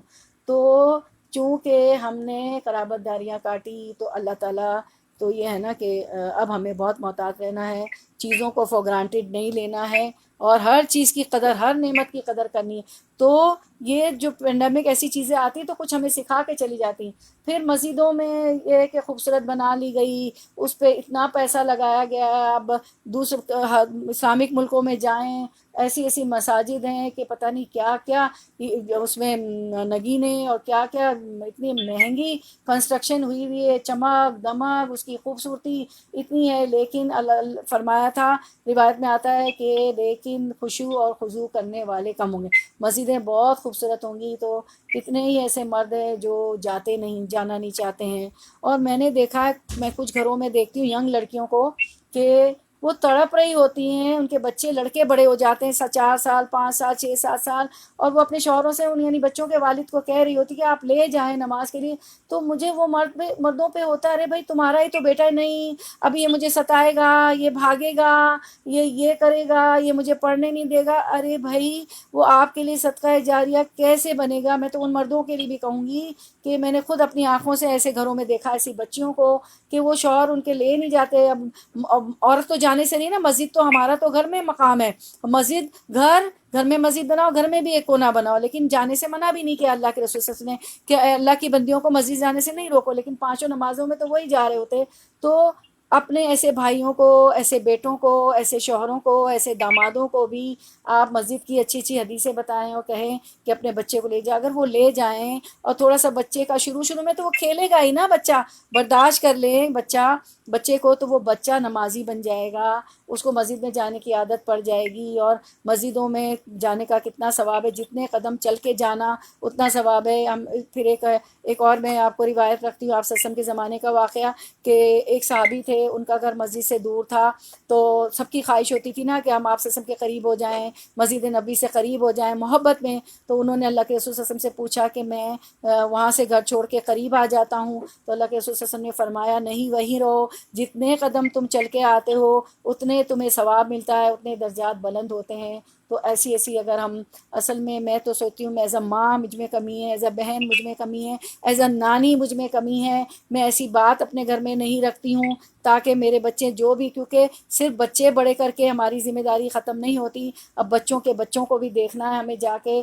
تو آج جا کے یہ حدیث بچوں کو بھی بتائیں کہ جتنا مسجد چل کے جائیں. خواتین نہیں، اور وہ بھی جائیں گی تو بہت ثواب ہے، لیکن ہم تراویح میں جاتے ہیں، کبھی جمعے میں چلے جاتے ہیں. اللہ کو پتہ ہے کہ وہ فیملی بنائیں گی، پریگننسیاں ہوں گی، چھوٹے چھوٹے بچے ہوں گے، ان کو خواتین کو زیادہ توجہ دیں. اللہ نے ہمیں بنایا ہے تو کیا وہی نہیں جانے گا جس نے ہمیں پیدا کیا؟ اس کو ہمارے معلوم ہے. تو عورتوں پہ مردوں کے لیے جائے وہ. اچھا تو کیا یہ مسجدوں میں اور پھر ایک نماز کے بعد دوسری نماز کا انتظار کرنا، اس کا ثواب ہے. پھر مسجد میں بیٹھ کے اذکار کرنا، جیسے کہ دن چھوٹے ہوتے ہیں، عصر پڑی تو مغرب کا وقت آ جاتا ہے، کچھ مرد بیٹھے رہ جاتے ہیں، تو جب تک وہ باوضو رہتے ہیں ذکر کرتے رہتے ہیں، فرشتے ان کو رحمت کی دعا بھیجتے ہیں، ان کے لیے مغفرت کی دعا کرتے ہیں کہ اللہ اسے بخش دے، اللہ اس پہ رحم فرما دے. ہم تو کسی کو $200-300 بھی دے کے کہیں بھائی میرے لیے دعا کرو، تو کوئی کبھی نہ کرے ہمارے لیے دعا. تو کیا اللہ تعالیٰ کو ہمارے مسجدوں میں جانے کی ضرورت ہے؟ بالکل نہیں. فرشتوں نے کیا کہا؟ نحن نسبح بحمدک ونقدس لک، ہم تو ہم تیری تسبیح کے ساتھ تیری تسبیح تیری حمد کے ساتھ بیان کر ہی رہے ہیں، اور ونقدس لک تیری تقدیس بھی بیان کر رہے ہیں. سبحان الملک القدوس جو ہم عشاء کی نماز میں وتر کی نماز کے بعد پڑھتے ہیں، تو وہ تو کر ہی رہے. اور میری بہنوں آسمان چڑا رہا ہے ان کی تسبیح سے، اور آسمان میں ایک بالش جگہ بھی نہیں ہے، ہر جگہ وہ سجدہ کر رہے ہیں فرشتے. تو اللہ تعالیٰ کو تو کوئی ضرورت نہیں تھی. تو یہ آپ ضرور بتائیں کہ مسجدوں میں جائیں. اور اللہ تعالیٰ نے تو پھر اب مسجدیں بند ہو گئیں. آپ دیکھیں اللہ تعالیٰ دنیا میں ہی دکھا دیتا ہے جو کچھ ہمارے گناہ ہوتے ہیں، اللہ تعالیٰ دنیا میں ہی بتا دیتے ہیں. آج کتنی ہم عورتیں بھی خوشی خوشی چلی جاتی تھیں مساجد میں، تراویح پڑھتی تھیں، ہمارا پورا قرآن ہو جاتا تھا. کسی مسجد میں اگر ایک پارہ بھی نہیں ہوتا تھا تو گھر سے تو بہتر پڑھ لیتے تھے، ایک اسپیڈ ہوتی تھی، ایک اسپرٹ ہوتی تھی. لیکن میری بہنوں تو دل میں برا نہ سمجھے، یہ بھی ہمارا ایک امتحان ہے. اللہ تعالیٰ دیکھ رہے ہیں کہ جو مسجد میں جانے والیاں تھیں، کیا وہ جو گھر میں بیٹھنے والیاں تھیں وہ تو پڑھ ہی رہی تھیں. اب میرا آپ کا جو مسجد میں جانے والی ان کا ٹیسٹ ہے کہ کیا ہم اب بھی پڑھتے ہیں، کیا ہم 100 آیت پڑھتے ہیں. میری بہنوں میری پریکٹیکل ٹکس پہ نہ جائیے گا. اگر آپ چھوٹی چھوٹی صورتیں بھی پڑھ کے 8 رکعت آدھے گھنٹے میں بھی پڑھ لیتی ہیں، پونے گھنٹے میں پڑھ لیتی تو کوئی بات نہیں. اگر آپ نہیں پڑھ سکتی یہ بہت زیادہ صورتیں، بہت زیادہ آیتیں، 100 200 300 تو بھی کوئی بات نہیں. پورا پارا بھی نہیں کر سکتی تو کوئی بات نہیں. اگر کرتی بھی ہیں تو اس پہ مارک کر دیں، نشان لگا دیں اور پڑھیں. یہ بھی آپ کی آزمائش ہے. بالکل نہیں کوئی ایسا لفظ بولنا ہے کہ ہم تو بس نہیں، خاموشی سے. ابھی میں نے آپ کو سورۃ البقرہ کی 155 156 157 تو روز اس کو پڑھے کہ اس میں آپ کے لیے سبق ہے کہ کرنے کے کام کیا ہے. تو اسے تو پتہ چلتا ہے نا، کچھ نہیں کہنا ہے. کیونکہ وبشر الصابرین، صابروں کے لیے خوشخبری ہے کہ اولئک، وہی تو ہے محتدین، وہی تو ہدایت پہ ہیں، اور ان کے لیے خوشخبری ہے صبر کرنے پر. تو آپ کہیں کہ میرا ٹیسٹ ہے، میرا امتحان ہے، میں اب گھر میں پڑھوں گی، میں اپنا روٹین ایسا رکھوں گی کہ جیسے. اور میری بہنوں اگر آپ چاہیں تو پھر آپ نیند بھی اچھی کر سکتی ہیں، سحری پہ بھی اٹھ سکتی. رات کی نیند جو ہے نا، رات پوری نہ جاگیں میری بہنوں، کیونکہ نیند توڑ کے سحری پہ اٹھیں گی، تہجد پڑھیں گی. اگر ہم مغرب پڑھ کے جلدی برتن یہ وہ سب زیادہ ہوگا، افطاریاں بھی ہوں گی، پکوڑے کے، سموسے کے، میٹھے کے بہت سارے برتن ہو گئے. لیکن اللہ کے لیے آپ کہیں گے نہیں، میں ویسے ہی روٹین رکھوں جیسا میں تراویح کو جاتی تھی اسی وقت آپ نے پڑھی. ٹھیک ہے تھوڑا گھر میں دیر ہو گئی، کوئی بات نہیں، اپنے حالات واقعات دیکھ لیجئے گا. ٹوٹل میری باتوں پہ نہ جائیے گا، میں تو ایک ٹپ دے رہی ہوں. تو اسی وقت آپ پڑھ لیں. آخر مسجد بھی تو جاتی تھی. اس کے بعد میری بہنوں حالانکہ تھک جاتے ہیں بہت، کھانے کے بعد تو جیسے ہمت ٹوٹ جاتی، لیکن سارے کام کر لے جیسے مجھے مسجد جانا ہے. اور کچھ بعید نہیں کہ اتنی تراویح ہم پڑھیں، گر گڑائیں جیسے کہ یہ وائرس آیا اچانک، پتہ ہی نہیں چلا. ایسے ہی اللہ تعالیٰ اس کو جو ہے اٹھا بھی لے ہم سے، یہ رفع بھی ہو جائے اور مسجدیں کھل جائیں. تو آپ جو ہے گھر میں اسی ٹائم کوشش کریں آپ پڑھ لیں. پھر اس کے بعد کیا ہوگا کہ آپ کے پاس ٹائم سونے کا بھی ہوگا. اور رات کی نیند کے تو میڈیکل بینیفٹس بھی بہت ہیں. جو میڈیکل کی اسٹوڈنٹس ہیں وہ لوگ جانتی ہیں، بہت بینیفٹس ہیں. تو جو ہے کہ اس وقت ٹائم نہیں ہے، اور نہ میں ڈاکٹر ہوں نہ اتنے میڈیکل بینیفٹس جانتی ہوں، لیکن بہت ہے جو بھی تھوڑے بہت پتہ ہے. تو اب یہ ہوتا ہے کہ کوئی بھی ٹیسٹ آتا ہے، ٹرائل آتا ہے، آزمائش آتی ہے، گناہ کی سزا آتی ہے، تو اب کچھ لوگ کہیں گے کہ میں تو بہت عبادت گزار تھا، یا میں تو بہت عبادت گزار ہوں، میں تو تہجد بھی پڑھی ہوں، اور میں تو جو ہے چاش بھی پڑھ رہی ہوں، دعا بھی پڑھ رہی ہوں، اور نفلی روزوں کے علاوہ جو ہے میں فرضی روزوں کے علاوہ نفلی روزے بھی رکھ رہی ہوں. تو میری بہنوں گیہوں کے ساتھ گھن بھی پس جاتا ہے. تو ان کے درجات بلند ہوتے ہیں نا، کیونکہ وہ تو بہت نیک ہیں، ساری عبادتیں کر رہے ہیں، اللہ کے سارے احکامات پہ چل رہے ہیں. تو گیہوں کے ساتھ میری بہنوں گھن بھی پس جاتا ہے، چکی تو آپ نے دیکھی ہوتی، سب پس جاتا ہے اس میں، تو ان کے بھی درجات بلند ہوتے ہیں. اور مومن کو تو کانٹا بھی چبھتا ہے، ان کے بھی درجات بلند ہوتے ہیں. اور جو گناہ گار تھے ان کو بھی اللہ نے پلٹنے کا موقع دیا، وہ بھی اللہ کے بندے ہیں، کانٹا بھی چبھتا ہے تو درجات بلند ہوتے ہیں. بعض لوگوں کے اتنے اعمال اللہ تعالیٰ نے ان کے لیے جنت لکھ دی ہوتی ہے، لیکن ان کے اعمال ایسے نہیں ہوتے ہیں، تو اللہ تعالیٰ ان کو کسی ٹرائلز، ٹریبولیشن، مشکلات، پریشانیوں میں، کسی ٹیسٹ میں، کسی آزمائش میں ڈال دیتے ہیں. تو پھر کیا ہوتا ہے کہ وہ ان کو صبر سے سہ جاتے ہیں تو ان کے درجات بلند ہو جاتے ہیں. ٹھیک ہے نا؟ تو یہ سارا ہم تھوڑا سا سوچیں کہ ہمارے ایسے کیا گناہ ہیں انڈیویجولی بھی، یعنی انفرادی طور پر اپنے آپ بھی، اور اجتماعی طور پہ بھی ہم نے سوچ لیا کہ یہ مجھے تو لگ رہا ہے نا. اور تو بہت کچھ ہیں، بعض لوگ حرام بھی لا رہے ہوتے ہیں بچوں کو، بیوی بچوں کو خوش کرنے کے لیے، بڑے گھر دینے کے لیے، گاڑیاں دینے کے لیے، ان کی خواہشات پوری کرنے کے لیے. تو ان خواتین کو بھی چاہیے کہ جتنا آپ کا گزارا ہو جائے اس میں کر لیں، زیادہ اتنی ڈیمانڈ نہ رکھیں کہ وہ بیچارے جو ہے حلال کے علاوہ حرام پہ چلے جائیں. کیونکہ بہت محبت ہوتی ہے شوہروں کو بیوی بچوں سے، تو ایسی مصیبت میں ان کو نہ ڈالیں، کیونکہ پھر ہم بھی گناہ گار ہو جائیں گے. ایسی خواتین بھی ہم میں سے کوئی ایسا نہیں ہے، لیکن چونکہ ہم ایک وہ کر رہے ہیں کہ کیا کیا ایسی چیزیں ہیں جن سے بچا جائے، تو یہ مصیبت، یہ آزمائش یہ کم ہو جائے ہمارا، ہم پہ سے اللہ تعالیٰ ٹال دے. اور پھر یہ ہم دیکھتے ہیں کہ یہ کوئی نئی بات نہیں ہے، بیماریاں، وباؤں کا پھوٹنا، اور یہ جو کورونا وائرس کا آنا، یہ کوئی نئی بات نہیں ہے. یہ تو ہے، کیا ہوا ہے کہ پہلے زمانے میں بھی یہ سب ہوتا رہا ہے، اور ہر دور میں ہوتا رہا ہے. مدینہ جب پہنچے اللہ کے رسول صلی اللہ علیہ وسلم ہجرت کر کے، تو دل بھی نہیں لگتا تھا، بخار، سب کو بخار جیسی ایک ہوا پھیلی تھی، سب کو بخار ہونے لگا تھا. اس کے بعد ایک دفعہ صحابہ کرام نے رسول اللہ صلی اللہ علیہ وسلم سے پوچھا کہ سب سے زیادہ کون لوگ آزمائے گئے، تو اللہ کے رسول صلی اللہ علیہ وسلم نے فرمایا کہ انبیاء کرام آزمائے گئے. پھر پوچھا اس کے بعد کون، کہ فرمایا کہ اس کے بعد جو ان میں سے بہتر ہے. پھر کون، پھر ان میں سے جو بہتر ہیں. تو جو جتنے بہتر، جتنے اچھے لوگ ہوتے ہیں، نیک لوگ ہوتے ہیں، وہ زیادہ آزمائے جاتے ہیں. تو اور پھر جو ہے تو اللہ تعالیٰ تو ہماری سب باتوں کو جانتا ہے نا. اَمَّن یُجِیبُ الْمُضْطَرَّ اِذَا دَعَاهُ وَیَکْشِفُ السُّوءَ، کون ہے جو بے قرار کی دعا سنتا ہے، اور جو دعا کرتے ہیں تو ان کی تکلیف کو دور نہیں کرتا. تو ہم بے قرار ہیں، خوب دعائیں مانگے، اللہ تعالیٰ جو ہے ضرور دعاؤں کو سنیں گے، اور جو ہے ہمیں جو ہے اس مصیبت سے نجات دیں گے. گھر میں بھی کوئی مصیبت ہو، گھریلو معاملات ہوں، یا یہ ایک کلیکٹیولی ایک مصیبت آ گئی ہے. پھر ہم دیکھتے ہیں کہ سورۃ الانبیاء میں ہم دیکھتے ہیں کہ ان کا واقعہ دیکھتے ہیں یونس علیہ السلام کا. تو یونس علیہ السلام کے لیے ایک آیت ہے سورۃ یونس آیت 83 میں کہ وَأَيُّوبَ إِذْ نَادَىٰ رَبَّهُ أَنِّي مَسَّنِيَ الضُّرُّ وَأَنْتَ أَرْحَمُ الرَّاحِمِينَ، کہ اور یہی ہوش مندی اور حکم اور علم کی نعمت ہم نے ایوب علیہ السلام کو دی. یاد کرو جب کہ اس نے اپنے رب کو پکارا کہ مجھے بیماری لگ گئی ہے اور تو ارحم الراحمین ہے. فَاسْتَجَبْنَا لَهُ، آیت نمبر 84 سورۃ الانبیاء. فَاسْتَجَبْنَا لَهُ فَكَشَفْنَا مَا بِهِ مِن ضُرٍّ وَآتَيْنَاهُ أَهْلَهُ وَمِثْلَهُم مَّعَهُمْ رَحْمَةً مِّنَ اللَّهِ رَحْمَةً مِّنْ عِندِنَا وَذِكْرَىٰ لِلْعَابِدِينَ. ہم نے اس کی دعا قبول کی، اور جو تکلیف اسے تھی اس کو دور کر دیا، اور صرف اس کے اہل و عیال ہی اس کو نہیں دیے، بلکہ ان کے ساتھ اتنے ہی اور بھی دیے اپنی خاص رحمت کے طور پر. اور اس لیے کہ یہ ایک سبق و عبادت گزاروں کے لیے. آپ سب لوگوں کو معلوم ہے کہ ایوب علیہ السلام بہت آزمائے گئے، ان کو اللہ تعالیٰ نے بہت مال دولت، کھیت کھلیان، بیوی بچے سب کچھ عطا کیے تھے.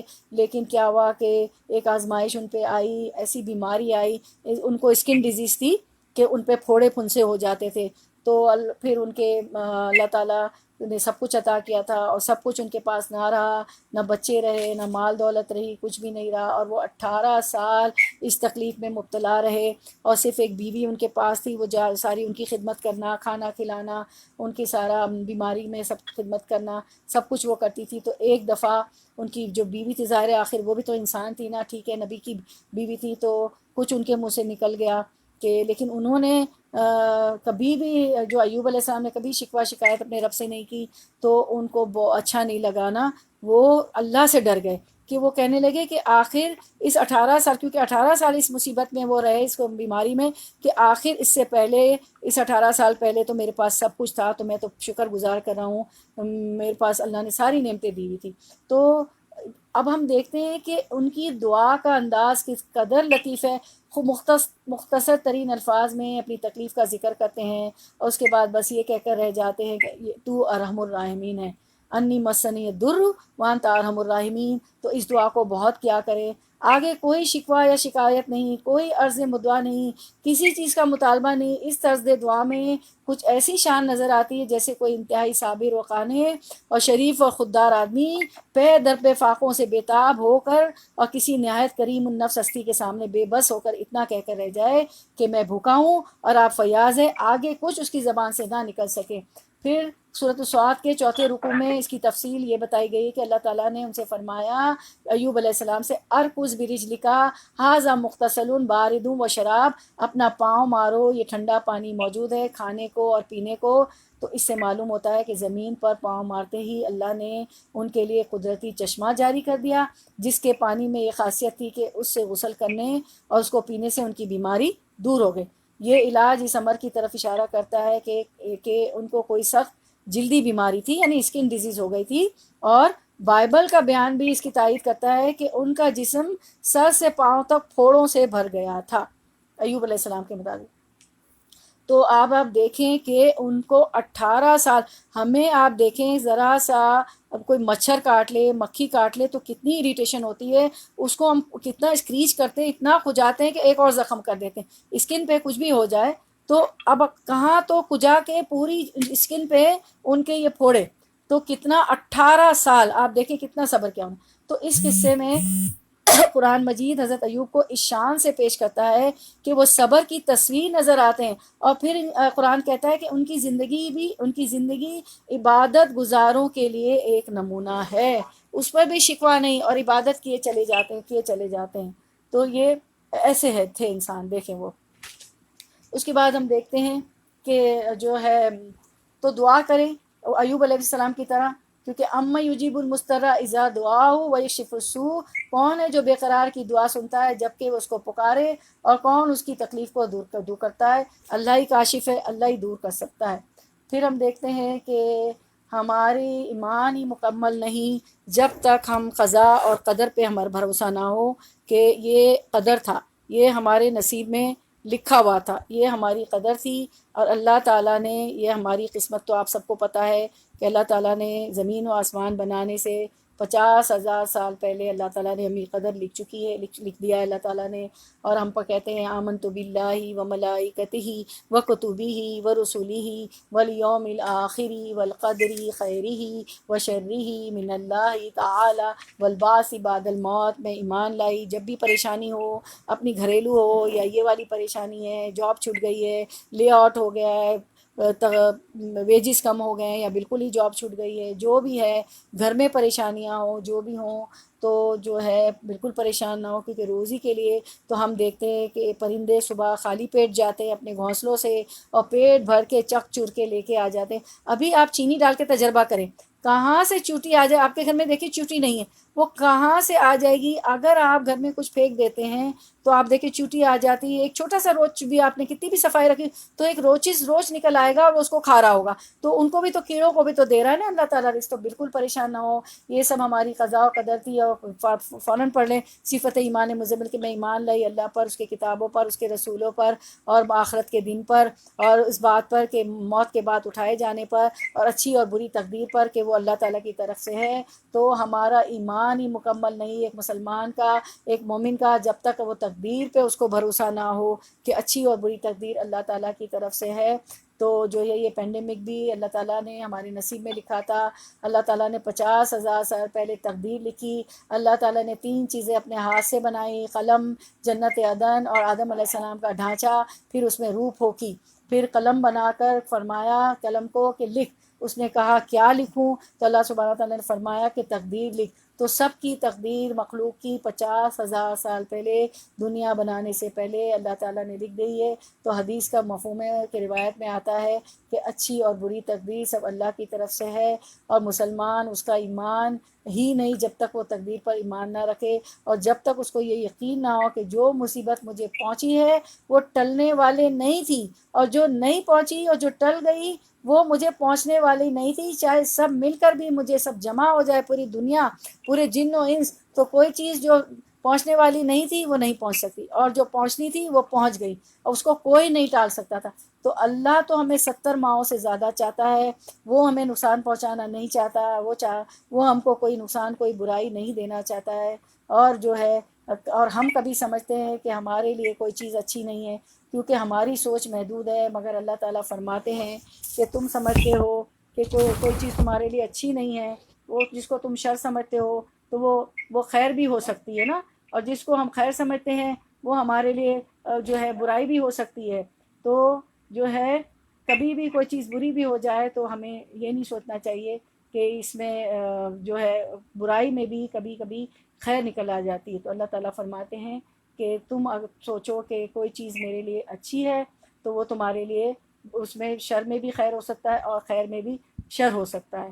تو یہ ہمیں نہیں معلوم، اللہ کا علم تک ہم نہیں پہنچ سکتے ہیں، اللہ ہی بہتر جانتا ہے کہ کیا ہے۔ تو اس کے بعد ہم دیکھتے ہیں، اچھا اس کے بعد ہم دیکھتے ہیں کہ اچھا اب کیا ہے کہ ہمیں ہمارا ریئیکشن کیا ہوتا ہے، ہم کس طرح بیہیو کرتے ہیں، ہم صبر شکر کرتے ہیں اور شکایتیں کرتے ہیں، اور یہ کہ اس میں بہت زیادہ استغفار کرنا چاہیے، بہت زیادہ دعائیں مانگنی چاہیے۔ اور کیا ہے کہ اللہ کے رسول صلی اللہ علیہ وسلم نے فرمایا کہ مومن کی تو اتنے اچھے حالات ہیں ہر حال میں، چاہے اس پہ مصیبت ہو یا چاہے اس پہ اچھے حالات ہوں، اگر اس کی جو ہے مصیبت آنے سے پہلے کیا کرتا ہے، اب جیسے بہت سے لوگ کرونا وائرس سے افیکٹ ہو گئے ہیں، بہت سی اموات ہو گئی ہیں، تو جن پہ مصیبت نہیں آتی، ایک مومن اور مسلمان کیا کرتا ہے کہ وہ اللہ کی مدد چاہتا ہے، اللہ سے مدد مانگتا ہے اور اس سے دعا کرتا ہے اور اس پہ توکل کرتا ہے کہ اللہ تعالیٰ جو افیکٹ نہیں ہوئے ان مسلمانوں کے لیے بھی دعا مانگے جس کو اس وائرس نے کیچ نہیں کیا، اور خود کے لیے بھی دعا مانگے، ٹھیک ہے، اور اللہ پہ بھروسہ کریں۔ وَأَفْوِضُ أَمْرِي إِلَى اللَّهِ إِنَّ اللَّهَ بَصِيرٌ بِالْعِبَادِ۔ اور پھر جب یہ مصیبت ٹل جائے تو پھر بھی وہ جو ہے دیکھتا ہے کہ اب مجھ پہ یہ مصیبت نہ آئی، تو اللہ کے بہت شکر ادا کرتا ہے، اور جو ہے وہ کبھی بھی منفی سوچ نہیں رکھتا ہے، نگیٹیوٹی نہیں رکھتا ہے، اور اس کو اللہ پہ بھروسہ ہوتا ہے کہ اللہ ہی جو ہے میرا، اللہ جو ہے رب ہے، وہ خالق ہے، مالک ہے، مدبر ہے، اسی نے مجھے پیدا کیا، خالق ہے، وہی میرا مالک ہے، وہی سب کچھ جانتا ہے، اور مدبر ہے، وہی میرا پلانر ہے، اسی کے پلان سے یہ ساری چیزیں ہوئی، اسی نے جو کرنا چاہا وہی ہوا۔ پھر ہم دیکھتے ہیں کہ ہمیں جو ہے کرنے کے کام کیا ہے، کہ اب ہمیں احتیاطی تدابیر کرنی چاہیے نا، کہ کیا کریں۔ تو اوور ریئیکٹ نہیں کرنا چاہیے، اوور ویل نہیں ہونا چاہیے، بہت زیادہ پریشان نہیں ہونا چاہیے، کیوس نہیں مچانا چاہیے، اور جو ہے اب ایسا نہیں کہ ہاتھ پہ ہاتھ دھرے بیٹھ جائیں، کچھ کریں نہ، بلکہ ہمیں اس کے لیے حفظان صحت کے اصولوں کے مطابق جو کچھ ہمیں بتایا جاتا ہے، گروپس پہ آتا ہے، یا جو کچھ ڈاکٹرز کہتے ہیں اس کو ماننا چاہیے اور کرنا چاہیے، کیونکہ اللہ کے رسول صلی اللہ علیہ وسلم نے ہمیشہ کہا کہ دوا اور دعا ساتھ چلتی ہے، ٹھیک ہے، اور کوئی ایسا مرض نہیں جس کا علاج نہ ہو، اور علاج بھی ڈھونڈا جا رہا ہے۔ اور تو اللہ تعالیٰ، اور ہم دیکھتے ہیں کہ تدبیر کرنے کو اللہ کے رسول صلی اللہ علیہ وسلم نے فرمایا، کیونکہ اور یہ ساری باتیں کون بتا رہا ہے؟ یہ نان مسلمز جو ہے اس پہ جو ہے اب جا رہے ہیں دین پہ، اور یہ ساری چیزیں تحقیق کر رہے ہیں، اور ہم تو مسلمان ہیں، ہمیں تو تحقیق کرنے کی بھی ضرورت ہے، ہمارے تو ہاتھوں میں کتاب و سنت موجود ہے، اور آج یہ ہم نے رکھا بھی اس لیے ڈیٹیل میں ہے کہ ہمارے ہاتھوں میں سب ہیں اور ہم اس کو جانیں سمجھیں۔ تو اللہ کے رسول صلی اللہ علیہ وسلم میں تدبیر کے لیے وہ لوگ کوٹ کریں جو کہ ہمیں پتہ ہے پہلے سے۔ دیکھیں اب یہ غیر مسلم کوٹ کر رہے ہیں کہ ایک ڈاکٹر کریگ ہیں، وہ ساری باتیں کوٹ کرتے ہیں اور کہتے ہیں، اور ہمیں تو سب پتہ ہے کہ یہ وہ بھی مانتے ہیں کہ اللہ کے رسول صلی اللہ علیہ وسلم نے کیا کہا کہ ایک بدو آیا، گاؤں کے لوگ جو ہوتے ہیں نا بدو، ایک بدو اللہ کے رسول صلی اللہ علیہ وسلم کی محفل میں آیا، اور اس نے کیا کیا کہ اونٹ کو، ظاہر ہے اس وقت کی سواریاں جیسے ہماری موٹر گاڑیاں کارز ہیں تو ان کی جو ہے کیڈیلیک اور رینج اوور اور ہمارے پاس ہے، تو ان کے پاس اونٹ ہوتے تھے، تو ایک بدو آیا اور اس نے اونٹ کو باندھے بغیر چھوڑ دیا۔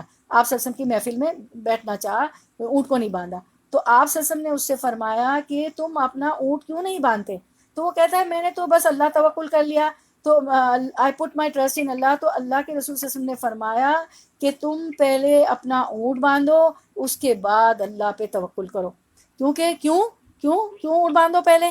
اس لیے کہ اگر اونٹ ہی نہیں ہوگا تو وہ اللہ آپ صلی اللہ علیہ وسلم کی محفل میں کیسے آتا؟ وہ اپنے کام کاروبار کیسے کرتا؟ اگر اونٹ ہی بھاگ جاتا تو پھر ایک اور مصیبت آ جاتی، سارے صحابہ 10 چھوڑ کے اس کو پکڑنے کے لیے بھاگ جاتے. تو میری بہنوں، احتیاطی تدابیر بہت ضروری ہوتی ہر حال میں، صرف اس پینڈیمک میں نہیں، یہ تو ہمیں 1400 سال پہلے یہ ہمیں حدیث بتاتی ہے، اور ایسی بہت سی روایتیں. پھر ہم دیکھتے ہیں حضرت عمر رضی اللہ عنہ کے زمانے میں کہ انہوں نے کیا حفاظتی میجرز لیے، کیا پریکاشنز لی. جب کوئی بھی ان کو ایک مشکل آ گئی اور ایک خطرہ محسوس ہوا، ایسا ہوا تھا کہ وہ اپنے ساتھیوں کے ساتھ حضرت عمر رضی اللہ عنہ شام کی طرف جا رہے تھے. تو وہاں شام پہنچنے سے پہلے انہیں راستے میں پتہ چل گیا کہ یہاں پہ طاعون، پلیگ پھوٹا ہوا ہے نا، پلیگ پھوٹا ہوا ہے، پلیگ تو پلیگ بیماری پھوٹی ہوئی ہے. تو انہوں نے اپنے ساتھیوں سے، اپنے کمپینین سے مشورہ کیا کہ کیا کریں، ہم چلے جائیں، واپس مدینہ لوٹ جائیں، یا شام میں داخل ہو جائیں.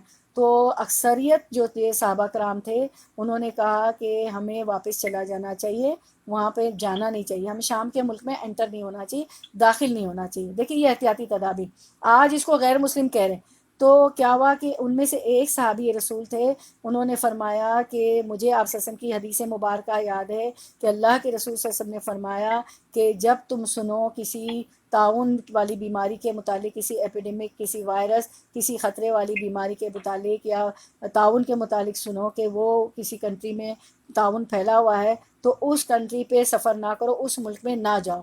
تو ٹھیک ہے، اور تم اس ملک میں نہ جاؤ، اور اگر تمہارے ملک میں پھیلا ہوا ہے تو تم کیا کرو کہ تم وہاں سے بھاگو نہیں، جان نہیں چھڑانا سوچو، اور وہاں سے نکلنے کی کوشش نہیں کرو. کیوں کہ اگر تم جس کنٹری میں، جس ملک میں ہو جہاں پہ یہ طاعون پھیلا ہوا ہے، تو وہ تمہارے نکلنے سے جس جگہ جاؤ گے وہاں پھیل جائے گا. اور جس ملک میں، وہاں اس لیے نہ جاؤ کہ تم وہاں جاؤ گے تم اس میں افلکٹ ہو جائے گا، وہ تمہیں لگ جائے گا. ٹھیک ہے، تو یہ ہمیں احتیاط بتا دی گئی. تو یہ جو کوارنٹین ہے، ہم الگ رہ رہے ہیں اور ہم نہیں جا رہے ہیں، نہیں مل رہے ہیں، تو یہ پریشان ہونے کی بات نہیں ہے، یہ ہمیں حدیث مبارکہ بتاتی ہے.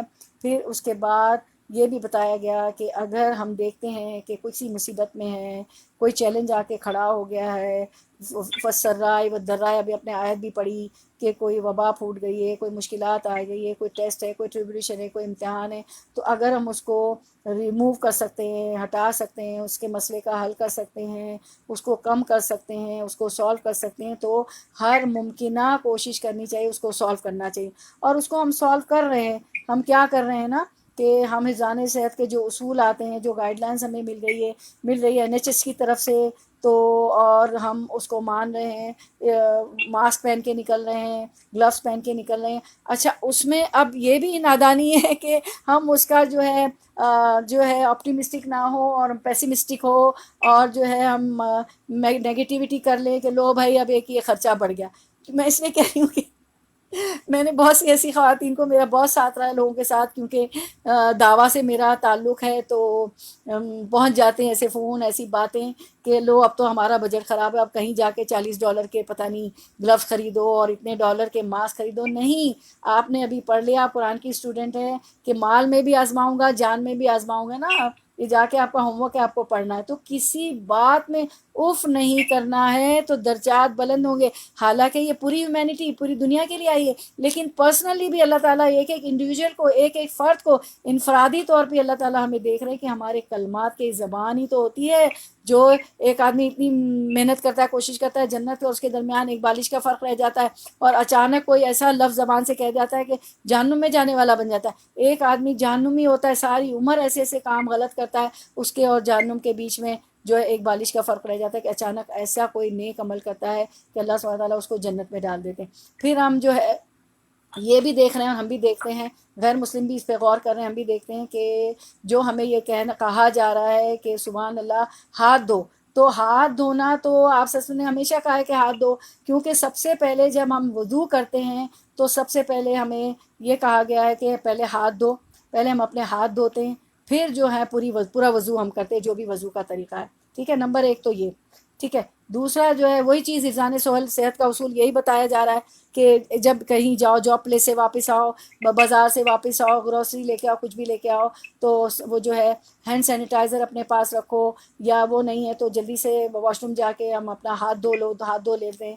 پھر دوسری چیز یہ بتائی کہ صفائی نصف ایمان ہے، اس کلینلینس کو جو یہ آج بتا رہے ہیں اس کو تو اللہ کے رسول صلی اللہ علیہ وسلم نے کہا کہ صفائی نصف ایمان ہے، یہ تو صحیح مسلم کی روایت ہے کہ ہمارا تو ایمان ہے، ہمارا تو آدھا ایمان ہی صفائی ہے۔ اور پھر آپ صلی اللہ علیہ وسلم نے فرمایا تھا کہ اپنے جتنی چیزیں ہیں ان کو صاف ستھرا رکھو، اپنے آپ کو صاف ستھرا رکھو، جمعے کے دن نہاؤ، مسجد میں صاف ستھرا ہو کے آؤ، اسمیل نہیں آنی چاہیے، پیاز اور لہسن نہ کھا کے آؤ، لوگوں کو اس کی بدبو سے وہ نہ کرو، یعنی کتنا کچھ کہ فیلو بینگ کا بھی خیال رکھا گیا ہے کہ وہ آپ کو صاف ستھرا پائے، کہ وہ مسجدوں میں نہ آنا چھوڑ دے۔ پھر ہم کچن ٹاپ صاف کلیئر رکھتے ہیں، ٹیبل ٹاپس کو کلین رکھتے ہیں، سارے سرفیس کلین رکھتے ہیں، گھر کو ماپنگ ڈسٹنگ وغیرہ کرتے ہیں، سب کچھ کر رہے ہوتے ہیں۔ ہمارے اب تو چلے ماڈرن آگے، بچپن میں جو کم عمر کی لڑکیاں اس وقت موجود ہیں ان کو نہیں کہوں گی میں، ہم جو بڑی عمر کی عورتیں، ہم نے تو بالٹیوں سے جھاڑو پوچھے، گرم پوچھے، گیلے کپڑے کے پوچھے ہوتے ہوئے دیکھے، اس میں بھی فنائل اور ڈال دیا جاتا، ڈس انفیکٹنٹ جب بھی ڈالا جاتا اس زمانے میں بھی، تو 40 سال پہلے کی وہ باتیں بتا رہی ہوں، 45 سال، کیونکہ میں تو اتنی عمر میری زیادہ ہے تو میں بتا رہی ہوں۔ اس کے بعد تو یہ سارا تو ہمارا تو نصف ایمان ہے۔ پھر اس کے بعد ہم دیکھتے ہیں نمبر 3 کہ اللہ کے رسول صلی اللہ علیہ وسلم کیا کرتے تھے جب ان کو چھینک آتی تھی تو وہ کیا کرتے تھے کہ اپنا ہاتھ اپنے منہ پر رکھ لیتے تھے، یا کسی کپڑے کے ٹکڑے سے کپڑے سے اپنا منہ ڈھانک لیتے تھے، یا آستین میں اپنا منہ پہ، وہ یہ بھی ہے نا کہ چھینک آئے تو آستین میں، مطلب اپنے بازو پہ چھینکو، بازو پہ منہ کر لو نا، دوسری طرف منہ کرنا، تو آپ صلی اللہ علیہ وسلم اپنے منہ پہ ہاتھ رکھ لیتے تھے اور کیا کرتے تھے، یا کپڑا رکھ لیتے تھے، تو اس سے بھی کیا ہوتا ہے کہ وائرس نہیں پھیلتا ہے چھینک سے بھی۔ تو یہ بھی ہم دیکھتے ہیں، یہ ہمارے دین میں موجود ہے جو یہ آج بتایا جا رہا ہے۔ اس کے بعد ہم دیکھتے ہیں کہ یہ ایٹیکیٹس ہے نا، یہ بیسک ایٹیکیٹس ہے ہمارے دین کا، کہ لوگوں کے اوپر ہم نہیں چھینکیں گے بلکہ الگ ہو کے دور ہو کے چھینکیں گے، منہ پہ ہاتھ رکھ لیں گے، یا ہمارے ہاتھ میں جو ہے پہلے تو زمانے میں، پھر بچیاں بیٹھی ہوئی، ہمارے تو رومال ہوتے تھے کپڑے کے، اب تو ٹیشو آ گئے ہیں، تو دیکھیں وقت کیسے بدل گیا۔ اس کے بعد ہم دیکھتے ہیں کوارنٹین یا کوارنٹائن کے وائرس کو کیسے ہم کوارنٹین میں روکتے ہیں نا ایک دوسرے کو، تو وہ کس طرح ہوتا ہے کہ ہم صحابہ کی زندگی میں دیکھتے ہیں کہ عبد الرحمن بن عوف کہتے ہیں کہ میں نے اللہ کے رسول صلی اللہ علیہ وسلم سے سنا کہ اگر کسی ملک میں طاعون ہو، پلیگ آیا ہوا تو وہاں نہ جاؤ، اور اگر تمہاری ملک میں ہو تو تم وہاں سے نکلو نہیں، اور جان چھڑانے کے لیے کہ چلو میں یہاں سے بھاگنا نہیں چاہیے، فلی نہیں کرنا چاہیے، بھاگنا نہیں چاہیے، ٹھیک ہے۔ اس کے بعد ہم دیکھتے ہیں کہ وہ کہ اپنے آپ کو ہم کیسے بچا سکتے ہیں اس سے، اس پینڈیمک سے، اس ٹرائل سے، کیا کرنا ہے کہ بہت سارے اذکار کرنے ہیں جو سنت سے ثابت ہیں، وہ آخر میں سارے پڑھ دے دوں گی آپ کو لیے۔ اور پھر اس میں یہ بھی بتایا کہ ایک دعا بتا رہے ہیں وہ ہمیں اس حدیث میں کہ بسم اللہ الذی لا یضر مع اسمہ شیء فی الارض ولا فی السماء، کہ بسم اللہ الذی لا یضر مع اسمہ شیء فی الارض ولا فی السماء، اس کا مطلب ہے کہ ساتھ اللہ کے نام کے نہیں نقصان دے سکتی، اس کے نام کی برکت سے کوئی چیز زمین نہ میں اور نہ آسمان میں، اور وہ سننے والا اور جاننے والا۔ بسم اللہ الذی لا یضر مع اسمہ شیء فی الارض ولا فی السماء وهو السمیع العلیم۔ اعوذ بکلمات اللہ التامات من شر ما خلق، میں پناہ لیتی ہوں اللہ کے تمام کلمات کی، تمام مخلوق کی شرارتوں سے۔ اللہم عافنی فی بدنی، اللہم عافنی فی سمعی، اللہم عافنی فی بصری، لا الہ الا انت، اے اللہ مجھے عافیت دے میرے بدن میں، اللہ مجھے عافیت دے میرے کانوں میں، اللہ مجھے عافیت دے میری آنکھوں میں، میں تیرے علاوہ میرا کوئی معبود نہیں ہے۔ اس کے علاوہ ایک دعا ہے جو تمام بیماریوں سے ہے کہ اے اللہ میں تیری پناہ مانگتا ہوں، عربی متن چھوڑ رہی ہوں کیونکہ آپ کے پاس یہ سب ہے، آپ کی وَإِيَّاكَ نَسْتَعِينُ۔ اے اللہ میں تیری پناہ مانگتا ہوں عاجزی اور سستی سے، بزدلی اور قرض اور بخل سے، انتہائی بڑھاپے، سختی اور غفلت سے، ذلت و مفلسی اور ناداری سے میں تیری پناہ مانگتا ہوں، محتاجی سے، کفر، نافرمانی، مخالفت، نفاق سے، بری شہرت سے اور دکھاوے سے، اور میں پناہ مانگتا ہوں بہرا پن سے، گونگا ہونے، پاگل پن، کوڑ اور برس سے، اور تمام بری بیماریوں سے، یہ کیا ہے، deafness, dumbness, insanity, leprosy, leucoderma and from all bad diseases. تو یہ ساری دعائیں آپ کے پاس کتابوں میں ہیں، تو ضرور اس کو مانگا کریں ساری دعاؤں کو۔ اچھا، اب یہ ساری چیزیں یہ لوگ بتا رہے ہیں جو کہ ہماری احادیث میں موجود ہے، تو ہمیں کیا مشکل ہے کہ ہم ان کو نہ پڑھیں، کہ آج کل نان مسلم اس میں ریسرچ کر رہے ہیں۔ اس کے بعد یہ کہتے ہیں کہ یہ کہا جا رہا ہے کہ کچھ لوگوں نے یہ کہنا شروع کر دیا ہے کہ بس دعا مانگو، صرف اللہ توکل کرو اور دعا مانگو، اور بس دعا سے سب کچھ کافی ہو جائے گا، ساری چیزیں حل ہو جائیں گی۔ لیکن یہ ہے کہ دعا کے علاوہ ساری احتیاطی تدبیریں بھی کرنی ہیں، اور جو ہے جتنے حفظان صحت کے اصول بتائے جا رہے ہیں وہ بھی کرنے ہیں۔ پھر ہم دیکھتے ہیں کہ اللہ کے رسول صلی اللہ علیہ وسلم نے فرمایا کہ یہ بات کسی کو حاصل نہیں، صرف مومن کو حاصل ہے، کہ جب اس پہ کوئی مصیبت آتی ہے تو پھر بھی وہ جو ہے بہت زیادہ استغفار کرتا ہے اور اللہ کی طرف رجوع کرتا ہے، اور جب اس کو کوئی مصیبت نہیں آتی، اس کے دن اچھے ہوتے ہیں، تو تب بھی وہ کیا کرتا ہے کہ اللہ کا شکر ادا کرتا رہتا ہے۔ تو دونوں حالتوں میں وہ خوش رہتا ہے۔ ایک مومن جو ہے مصیبت آ گئی تو اللہ کی طرف رجوع کرتا ہے، بس بہت زیادہ استغفار کرتا ہے، بہت زیادہ دعائیں کرتا ہے، کوئی بھی مشکل آتی ہے، اور ویسے بھی اس کو مشکلات نہ آئے تو بھی وہ اللہ کے ذکر اور شکر ادا کرتا رہتا ہے۔ اور پھر ایک اور بات ہمیں بتائی گئی کہ ہاں وہی پلیگ کی ہو گئی۔ اچھا، اس کے بعد یہ ہے کہ وہی بات میں نے بتائی کہ دعا صرف کافی ہے، دعائیں نہیں کافی ہے، دوا کے ساتھ دوا اور دعا ساتھ چلتی ہے، تو ساری احتیاطی تدابیر جو بھی آپ کو ملے ضرور کر لیں۔ اور پھر فرمایا کہ اللہ تعالیٰ نے فرمایا کہ انسان جو ہے کمزور پیدا ہوا ہے، اللہ تعالیٰ فرماتے ہیں کہ میں نے انسان کو کمزور پیدا کیا، کانا خلقاً ضعیفہ، تو ہم لوگ بہت کمزور ہیں، انسان میں بہت سی کمزوریاں ہیں، تو اس طرح کی اور ہم اس کے لیے کچھ بھی نہیں کر سکتے جب تک اللہ نہ چاہے۔ تو یہی چیزیں ہمیں یاد دہانی کرتی ہے کہ ہم اللہ کی طرف رجوع کریں، اس مصیبت سے ہمیں اللہ ہی نکال سکتا ہے، بہت زیادہ استغفار کریں، بہت زیادہ ہم دعائیں کریں، اور ساری جو باتیں اللہ تعالیٰ نے اور حدیث میں 1400 سال پہلے ہمیں بتا دی گئی تھی کہ چھینک کے وقت کیا کرنا ہے۔ اور اللہ کے رسول صلی اللہ علیہ وسلم نے فرمایا کہ جب تم رات کو جب تم صبح اٹھو تو اپنے ہاتھ دھو لیا کرو، کیونکہ تمہیں نہیں معلوم کہ تمہارا ہاتھ کہاں کہاں پڑا ہے۔ اور پھر ہمیں بتایا گیا کہ کھانے سے پہلے بھی ہاتھ دھویا کرو، کھانے سے پہلے بھی ہاتھ دھو کر کھانا شروع کرو۔ دیکھیے کتنی ہمیں احتیاطی تدبیر، تو ہمارے تو دین میں، ہمارے تو دین کا حصہ ہے، ہمارے تو اس کو ریچولس بن گئے، ہم تو اس کو کرتے ہیں۔ اور فرمایا کہ ہاتھ دھو کے کھانے میں برکت ہے، ہاتھ دھو کے کھایا کرو، کیونکہ ہاتھ پہ کچھ لگا ہوا تو وہ جا کے پیٹ میں نہ چلا جائے۔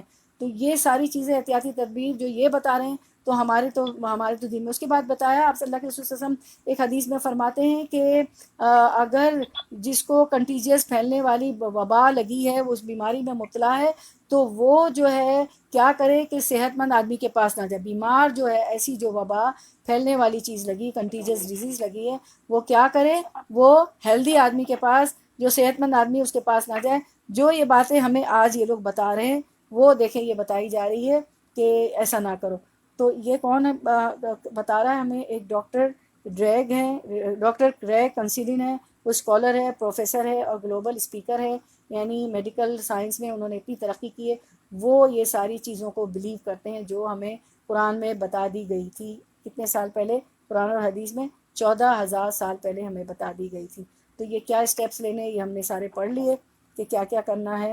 تو اس کے بعد ہم دیکھتے ہیں کہ اب ہم دیکھتے ہیں کچھ پوائنٹس، وہ پوائنٹس دیکھ لیتے ہیں کہ جو میڈیکلی ہمیں بتائے جا رہے ہیں کہ adherence to these instructions fulfills the purpose of preventing virus۔ اگر ہم اس کو فالو کریں گے تو وائرس کو پریونٹ کریں گے، وائرس سے بچ جائیں گے۔ نمبر 1 انہوں نے بتایا کہ if the virus is exposed to a temperature of 26 to 27 degree centigrade it will be killed۔ کیونکہ اگر وائرس ایکسپوز ہوا 26 ڈگری 27 ڈگری سینٹی گریڈ پہ تو وہ اس کے جمس ختم ہو جائیں گے۔ As it does not live in hot region, گرم جگہ پہ اس کا وائرس نہیں رہتا، تو کیا کرنا چاہیے کہ گرم پانی پئیں اور سورج کے سامنے ایکسپوز ہوں، سورج کی روشنی لیں آپ لوگ، اور پھر کیا کریں کہ آئس کریم ہے اور ٹھنڈے کھانے ہیں، یہ ٹھنڈی مشروبات سے بچیں، ٹھنڈی آئس کریم سے بچیں، یہ ایک وہ بتائی گئی ہے بہرحال میڈیکل ٹپ ہے۔ اس کے بعد ایک میڈیکل ٹپ بتائی کہ کورونا وائرس کووڈ-19 is a large in size where the cell diameter is 400 to 500 micro and for this reason any mask prevents its entry, کہ یہ کورونا جو وائرس جو ہے وہ سائز میں بڑا ہے، اس کا ڈائمیٹر 400-500 مائکرو ہے، اور اگر ہم کیا کریں ماسک پہن لیں تو کیا ہوگا، یہ کیونکہ مائکرو ہے نا، 400-500 مائکرو ہے، تو کیا ہوگا کہ ماسک پہنیں گے تو اس سے بھی ہماری بچت ہو جائے گی، یہ ہم تک پہنچے گا نہیں۔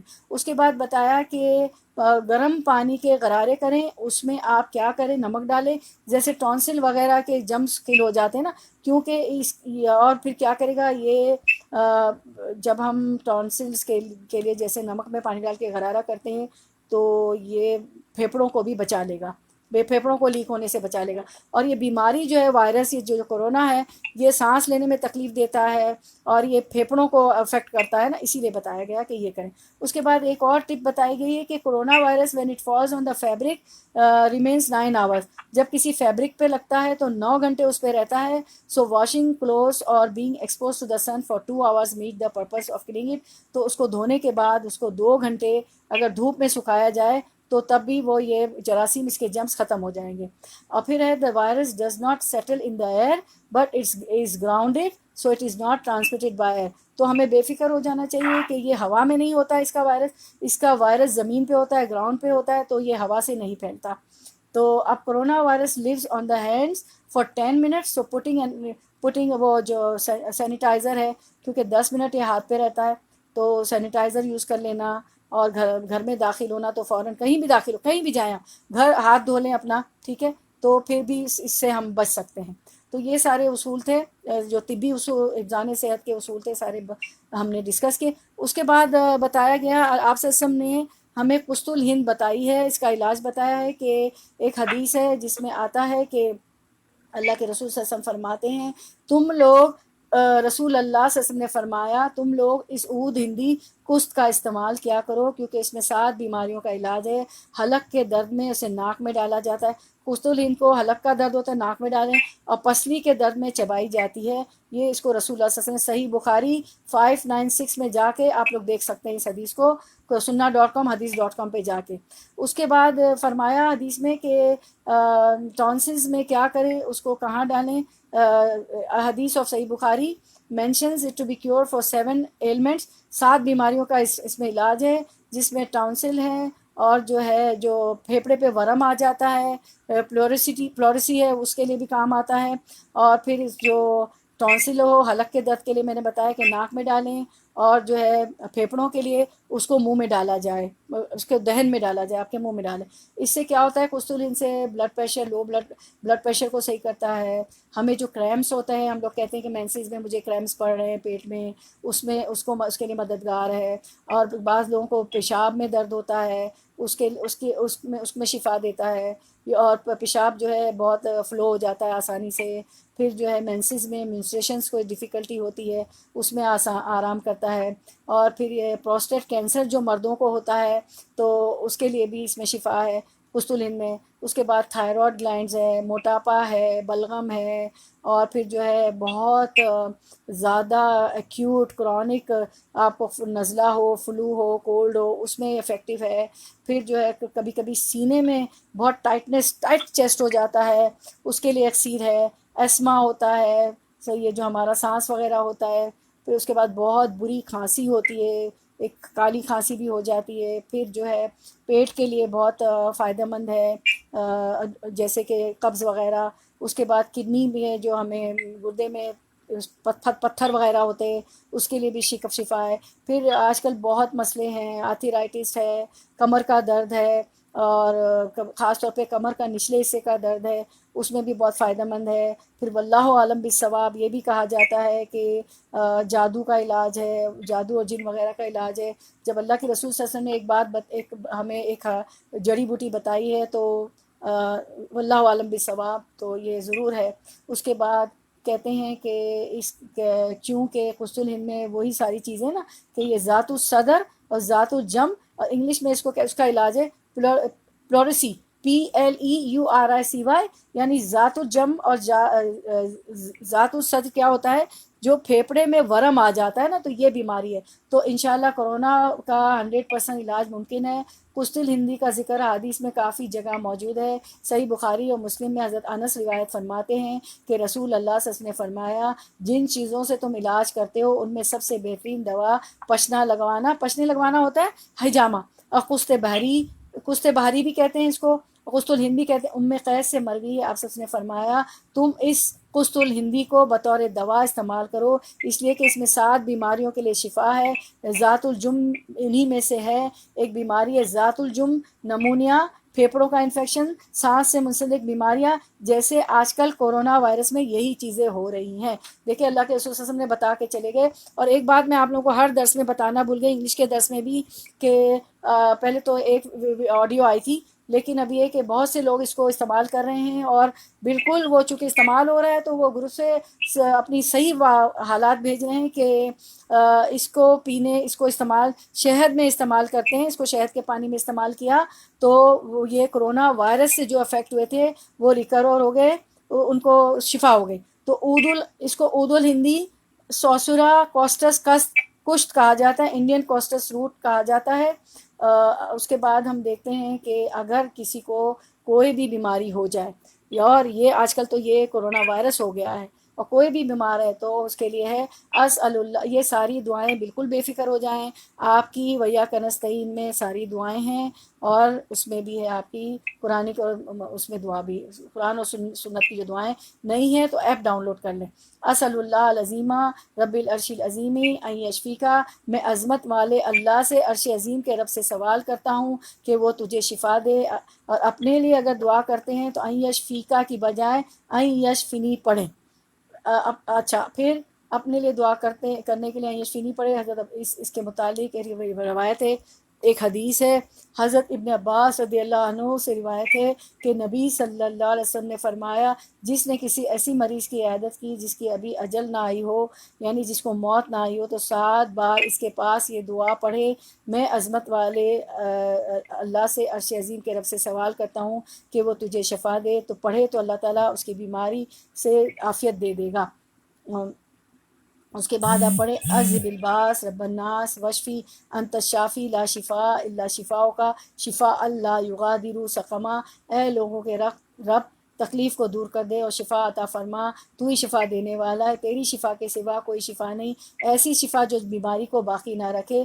مریض پر دایاں ہاتھ پھیرتے ہوئے پڑھے، خود کو بھی دم کریں۔ حضرت عائشہ رضی اللہ عنہ سے روایت ہے، حدیث مبارکہ ہے کہ جب ہم میں سے کوئی بیمار ہوتا تو رسول اللہ صلی اللہ علیہ وسلم اپنا دایاں ہاتھ اس پر پھیرتے، پھر فرماتے اذهب الباس رب الناس واشفی انت الشافی لا شفاء الا شفاؤک شفاء لا یغادر سقما، اے لوگوں کے رب تکلیف کو دور کر دے اور شفا عطا فرما، تو ہی شفا دینے اور شفا عطا فرما، تو ہی شفا دینے والا ہے، تیری شفا کے سوا کوئی شفا نہیں، ایسی شفا جو بیماری کو باقی نہ چھوڑے۔ رواہ المسلم۔ اچھا، اس کے بعد ہم دیکھتے ہیں کہ اب لاسٹ پوائنٹس ہم دیکھ لیتے ہیں کہ کرنے کے کام کیا ہے، کہ اب ایز اے مومن، ایز اے مسلم ہمارا رویہ، بہت سے رویے ہم پڑھ چکے ہیں، اب آخر میں ہم دیکھ لیتے ہیں کہ ہم کیا کریں۔ سب سے پہلے تو اللہ پہ توکل کریں، اللہ پہ توکل کرے، اپنے معاملات سارے ہمیں اللہ کے سپرد کرنا ہے، اور ہمیں یہ یقین رکھنا ہے کہ اللہ تعالیٰ کے اذن سے ہوتا ہے، اللہ تعالیٰ کا حکم تھا تو ہوا۔ میری بہن پلیز کوئی اپنا میوٹ کر دیں، کوئی گھر میں سے آواز آ رہی کھٹ کھٹ کی۔ تمام کاموں کی تدبیر اللہ کے ہاتھ میں ہے، تکلیف پہنچانا، دور کرنا اللہ کے ہاتھ میں ہے۔ جس کے لیے اللہ تعالیٰ رحمت کے دروازے کھول دے اسے کوئی نہیں بند کر سکتا۔ اللہ چاہے تو ہماری دعاؤں سے اور کھل جائیں گے، کیوں نہیں کھلیں گے رحمت کے؟ سب لوگ بھی مل کر تکلیف پہنچانا چاہے تو نہیں پہنچا سکتے، مگر وہ جو تقدیر میں لکھا ہوا ہے، ہر چیز تقدیر میں لکھی ہوئی ہے۔ اللہ تعالیٰ کے نمبر 2 اللہ کے احکامات کی حفاظت کرنی ہے۔ اللہ تعالیٰ کے احکامات کی حفاظت کیسے کریں گے؟ اللہ کی اطاعت کے کام کرنے ہیں، نافرمانی سے بچنا ہے، اللہ تعالیٰ کی مومن کے لیے ہر حال میں خیر ہوتی ہے۔ اپنے فرائض کی حفاظت کرنی ہے، نمازوں کی حفاظت کرنی ہے، 5 نمازیں پوری پہلے تو فرض پہ میری بہنوں توجہ دیں گی، پھر اپنی طاقت کے مطابق آپ جو نفلی روزے نفلی وہ کریں گی. اب تو روزے فرض ہے وہ تو پورے ہمیں رکھنے ہی ہیں انشاءاللہ. اس کے بعد جو ہے اللہ تعالیٰ طاقت دے دے ہمیں، اور ایسے اللہم انا علی ذکرک و شکرک و حسن عبادتک، اللہ ہماری مدد فرمائیے اپنے بہترین ذکر پر، بہترین شکر پر اور بہترین عبادت پر، آمین یا رب العالمین. اس کے بعد ہم دیکھتے ہیں کہ بہت ساری دعائیں کرنی ہیں، انسانوں اور چیزوں کو اللہ کی حفاظت میں دے دینا ہے. مصنون دعائیں جو آپ کے پاس ہیں، اور قرآن سے علاج کی جو دعائیں ہیں تو وہ پڑھنی ہے، سارا کچھ آپ کے پاس ہے. صبح شام کے اذکار کرنے ہیں، صبح شام کے اذکار سے تو ایک احاطہ، جیسے ایک باؤنڈری وال اپنے گھر کے گرد یا کسی گارڈن کے گرد یا اپنی پراپرٹی کے گرد ہم بناتے ہیں. بعض دفعہ کھلی پراپرٹی بھی ہوتی تو اس کو ہم بنا کے آ جاتے ہیں اپنے ملکوں میں یا یہاں پر کہ بھائی چور اچک کے داخل نہ ہو جائیں. تو حفاظت کی دعائیں اور صبح شام کے اذکار سے ایک احاطہ ہمارے گرد بن جاتا ہے، تو وہ بنائیں اپنے، وہ ضرور پڑھیں صبح شام کی حفاظت کی دعائیں. اس کے بعد ہم دیکھتے ہیں کہ سورۃ البقرہ کی آخری دو آیات پڑھیں، کیونکہ اس میں سے شیطان اور جن بھاگ جاتے ہیں. اللہ کے رسول صلی اللہ علیہ وسلم نے فرمایا کہ اپنی گھروں کو قبرستان نہ بناؤ، سورۃ البقرہ پڑھا کرو، نمازیں پڑھا کرو، اور باطل قوتیں اس پہ غالب نہیں آ سکتی ہیں. تو سورۃ البقرہ کی آخری آیت بھی پڑھیں تو گھر میں جو ہے ہم جو آج کل روٹین ہمارا اپ سیٹ ہے وہ بھی برداشت ہو جائے گا. اور بہت پیار سے رہیں بچوں اور شوہر کے ساتھ. معوذتین کا صبح شام پڑھنا ہے، سورۃ الناس، سورۃ الفلق، موعظات اس میں سورۃ قل واللہ بھی شامل کر لیں، 4 کل پڑھنے. بری بیماریوں ناگہانی آفتوں سے حفاظت کی دعائیں پڑھیں. سب کچھ آپ کے پاس کتاب میں ہے، ویاک نستعین میں. بری تقدیر سے حفاظت کی دعائیں پڑھنا ہے. اور کسی کو جو مصیبت میں ہے کسی کو دیکھیں تو وہ دعا بھی پڑھیں. سارا کچھ آپ کے پاس ہے. پھر حفاظتی تدابیر کرنا ہے. حفاظتی تدابیر میں جو کچھ یہ بتا رہے ہیں وہ اللہ کے رسول بتا چکے ہیں، میں سب آپ کو بتا چکی. طہارت کا اہتمام کرنا. اچھا، طہارت کے متعلق میں یہ کہوں گی کہ میں ینگ کپلس کے گھر پہ جاتی ہوں تو میں نے یہ دیکھا ہے کہ چھوٹے بچوں پہ مائیں توجہ نہیں دیتی ہیں. وہ ٹیشو ویشو جو آج کل ہمارے ٹوائلٹ پڑے ہوتے ہیں تو بس وہ استعمال کر لیتے ہیں. ان کو کہیں کہ پانی سے اچھی طرح، جب کہ بچہ چھوٹا ہوتا ہے، جب پوٹی ٹرین ہو رہا ہوتا ہے تو تب تو ہم اس کو کرواتے ہیں. جو بڑا ہوتا ہے اس کے طہارت کی اہمیت اس کو سکھائے، کیونکہ پیشاب کے چھینٹوں سے آپ کو معلوم کہ اللہ کے رسول صلی اللہ علیہ وسلم نے فرمایا کہ قبر پہ رکے اور اس پہ عذاب ہو رہا تھا تو اللہ کے رسول صلی اللہ علیہ وسلم نے فرمایا کہ اس کو صرف کوئی بڑا گناہ اس کا نہیں، پیشاب کے چھینٹوں کی وجہ سے ہو رہا ہے. تو میری بہنوں، آپ ضرور طہارت کا، بڑے بچوں کو بھی کہیں کہ اچھی طرح پانی سے اس کی دھوئیں، کیونکہ اللہم اجعلنا من التوابین وجعلنی من المتطہرین. یہ آیت آپ صلی اللہ علیہ وسلم نے قباء والوں سے پوچھا کہ تمہارے لیے نازل ہوئی ہے. قباء جو مدینے میں جانے سے پہلے مسجد بنائی تھی اللہ کے رسول صلی اللہ علیہ وسلم نے، اور جس میں ہم جاتے ہیں حج عمرہ کو تو 2 نفل پڑھتے ہیں تو 1 عمرے کا ثواب مل جاتا ہے. تو انہوں نے فرمایا کہ ہم جو کرتے ہیں کہ مٹی اور ڈھیلوں کے علاوہ ہم پانی سے بھی طہارت کرتے ہیں، تو ان کے لیے خاص یہ آیت نازل ہوئی تھی. اس کے بعد جو ہے تو طہارت کا اہتمام بچے کریں، کلی کرنا ہے. آج کل تو بہت ہی کرنا ہے، ویسے بھی ہم کرتے ہیں ہر کھانے کے بعد، رات کو سونے سے پہلے بھی. اور مسواک میری بہنوں شروع کر دیں. مسواک بھی سنت ہے، کیونکہ اللہ کے رسول صلی اللہ علیہ وسلم نے فرمایا کہ سنتوں پہ ایک وقت آئے گا عمل نہیں ہو رہا ہوگا، تو جو سنت پہ عمل کرے گا اس کو 100 سنت کے، 1 سنت پہ عمل کرے گا 100 سنت کے برابر ثواب ملے گا. اور جو آپ کی بلیڈنگ ہوتی ہے، گمس میں جو انفیکشنز ہوتے ہیں وہ مسواک سے دور ہو جاتے ہیں. پھر غسل کرنا، ناک کو جھاڑنا ہے. اور پھر کیا کرنا ہے کہ جب وضو کریں تو پانی جو ہے ناک میں لے جائیں، روزے میں نہیں، روزے کے بعد کیونکہ روزہ ہو شاید کل سے ہمارا. اس کے بعد جو ہے اگر آج چاند رات ہے تو آپ اللہ کا کتنا اچھا ذکر اللہ نے ہم سے کروا دیا. اور میری بہنوں یقین کریں، وما توفیقی الا باللہ، اللہ کی توفیق سے ہو رہا ہے. اور آپ لوگوں کا جو ہے تھا نا کہ اردو میں کر دیں، تو میرا تو خیال ہے کہ اردو میں تو بہت اچھی ہم نے آیتیں بھی آج ہمارا ایک ذکر ہو گیا، کور ہو گئی، اور کتنا کچھ کور ہو گیا. پھر غسل کرنا، ناک جھاڑنا، ہاتھ صاف کرنا، جو کہ بار بار آ رہا ہے کہ ہاتھ کو صاف دیں. اور یہ بلا تحقیق اچھا، پھر اس کے بعد بلا تحقیق باتیں آگے نہیں پہنچانی، خوف و ہراس اور خوفزدہ کرنے والی خبریں آگے نہیں پھیلانی ہیں، کیونکہ اللہ کے رسول صلی اللہ علیہ وسلم نے فرمایا کہ آدمی کا جھوٹا ہونے کے لیے اتنا ہی کافی ہے کہ وہ ہر سنی سنائی بات کو آگے پہنچا دے. پہلے تحقیق کریں کہ جو یہ خبریں میرے واٹس ایپ پہ، میرے ٹویٹر پہ، میرے جس پہ بھی آ رہی ہیں وہ صحیح ہے کہ غلط ہے، ٹھیک ہے، اس کے بعد پھیلائیں. اور ایسی ویڈیوز نہ پھیلائیں فلاں جگہ مارے جا رہے ہیں، فلاں جگہ خون ہو رہا ہے. بعض لوگ یہ دیکھ نہیں پاتے ہیں، پلیز دعا کریں، ٹھیک ہے. وربلی بات ہو گئی گھر میں ہو گئی. اور اب تو میرا خیال ہے دیکھیں رمضان ہے، اگر انشاءاللہ کل سے اللہ کو معلوم ہے، تو اگر کل سے رمضان ہے اور چلیں آج بھی ہر وقت ہمیں عبادت کرنی ہے، تو میرا خیال ہے کہ ان گروپس پہ نہ کم جائیں. صرف اتنا کہ میں آج کل وہ 3 پارے ڈال چکی ہوں، 3 دن سے ڈال رہی ہوں، تو آپ کی سہولت کے لیے، میری بھی سہولت کے لیے، کہ دورہ قرآن ختم نہیں ہوا ہے، دورہ کام شروع ہوا ہے، کہ every end is the beginning. آج آپ لوگ یہ یاد رکھ لیں، اپنا اسٹیٹس بنا لیں، every end is the beginning. ہر اختتام شروعات ہوتی ہے. تو آپ اس کو سننا شروع کر دیں. 15 منٹ، آدھا منٹ، سوری آدھا منٹ تو ہوتا بہت کم ہوتا، 15 منٹ، آدھا گھنٹہ، آدھا منٹ نہیں، کچن میں کر لیا. اور افطاری بناتے ہوئے تو آپ کا پورا قرآن ہو جائے گا. بچے بھی گوشوار ہوں گے، میاں بھی سن لیں گے، کیونکہ آواز کا تو پردہ نہیں. بی بی عائشہ رضی اللہ عنہا بھی پردے کے پیچھے سے صحابہ کرام کو پڑھاتی تھی، بچے اور بچیوں کو بھی پڑھاتی تھی. تو اچھا، اس کے بعد ہم کیا کریں گے؟ ہاں، بلا تحقیق جو ہے نا، باتیں ہمیں نہیں پھیلانی ہے، ٹھیک ہے. اس کے بعد ہاں، کیا کرنا ہے؟ نمبر 5، اچھا پھر کیا کرنا ہے؟ وبائی علاقوں میں جانے سے پرہیز کرنا ہے. وہ تو ہم سفر کر ہی نہیں رہے ہیں، سب فلائٹس بھی بند ہو گئی، سب بند ہو گئے. کبھی گاڑی سے بھی نکلنے کی، دور 2-3 گھنٹے کے راستے میں پلیز کوشش نہ کریں، کیونکہ وہ پھر اچھا پھر مصیبت آ جائے، ہم نے سیکھا تو اس پر صبر کرنا ہے. اللہ سے اجر کی توقع رکھیں، اللہ ضرور اجر دیتے ہیں. اللہ محنتوں کو، کوششوں کو رائگاں نہیں رکھتے. رمضان میں بھی ہم درس کریں گے، ہمارا 12:30 کا ٹائم ہوگا. زیادہ سے زیادہ لوگوں کو بولیں، کیونکہ اس وقت تو اللہ سے، ہمیشہ اللہ سے جڑنا چاہیے. ایسے موقع میں تو بہت زیادہ اللہ سے کنیکٹ کر لیں حلال میں، اور ہر حال میں اللہ کا شکر کریں. ناشکری نہیں کرنا ہے. اس مصیبت میں بھی، اس وبا میں، اس پینڈیمک میں بھی، کرونا وائرس میں بھی شکر کریں. دین کی سلامتی پر شکر ادا کریں کہ ہم اللہ نے ہمیں رمضان کا مہینہ عطا فرما دیا، اور ابھی بھی اللہ تعالیٰ ہمیں زندگی صحت دے دے کہ رمضان بہت قریب ہے. ہم اللہ تعالیٰ ہمیں یہ عطا کر دے، اور جس میں طاقت قوت دے کہ ہم روزے رکھیں، نماز پڑھیں، کیونکہ رمضان میں تو اللہ تعالیٰ مغفرت فرماتے ہیں، ہماری مغفرت ہو جائے. تو دین کی سلامتی پر شکر ادا کرنا ہے. مصیبت آنے پر بھی اللہ تعالیٰ کی حمد و ثنا بیان کرنی ہے. اس مصیبت میں بھی اللہ سبحانہ تعالیٰ ہم سب کی حفاظت فرمائے اور اس مصیبت کو ٹال دے. ایک اور آیت یاد کر لیں، کہ ایک اور آیت ہمارے حوصلے بڑھانے کے لیے، ہر مشکل اور پریشانی میں رب پر بھروسہ کرنے والے بنے. کل لن یصیبنا الا ما کتب اللہ لنا ہوا مولانا وعلی اللہ فلیتوکل المؤمنون. سورۃ التوبہ نمبر 51 جا کے پڑھے.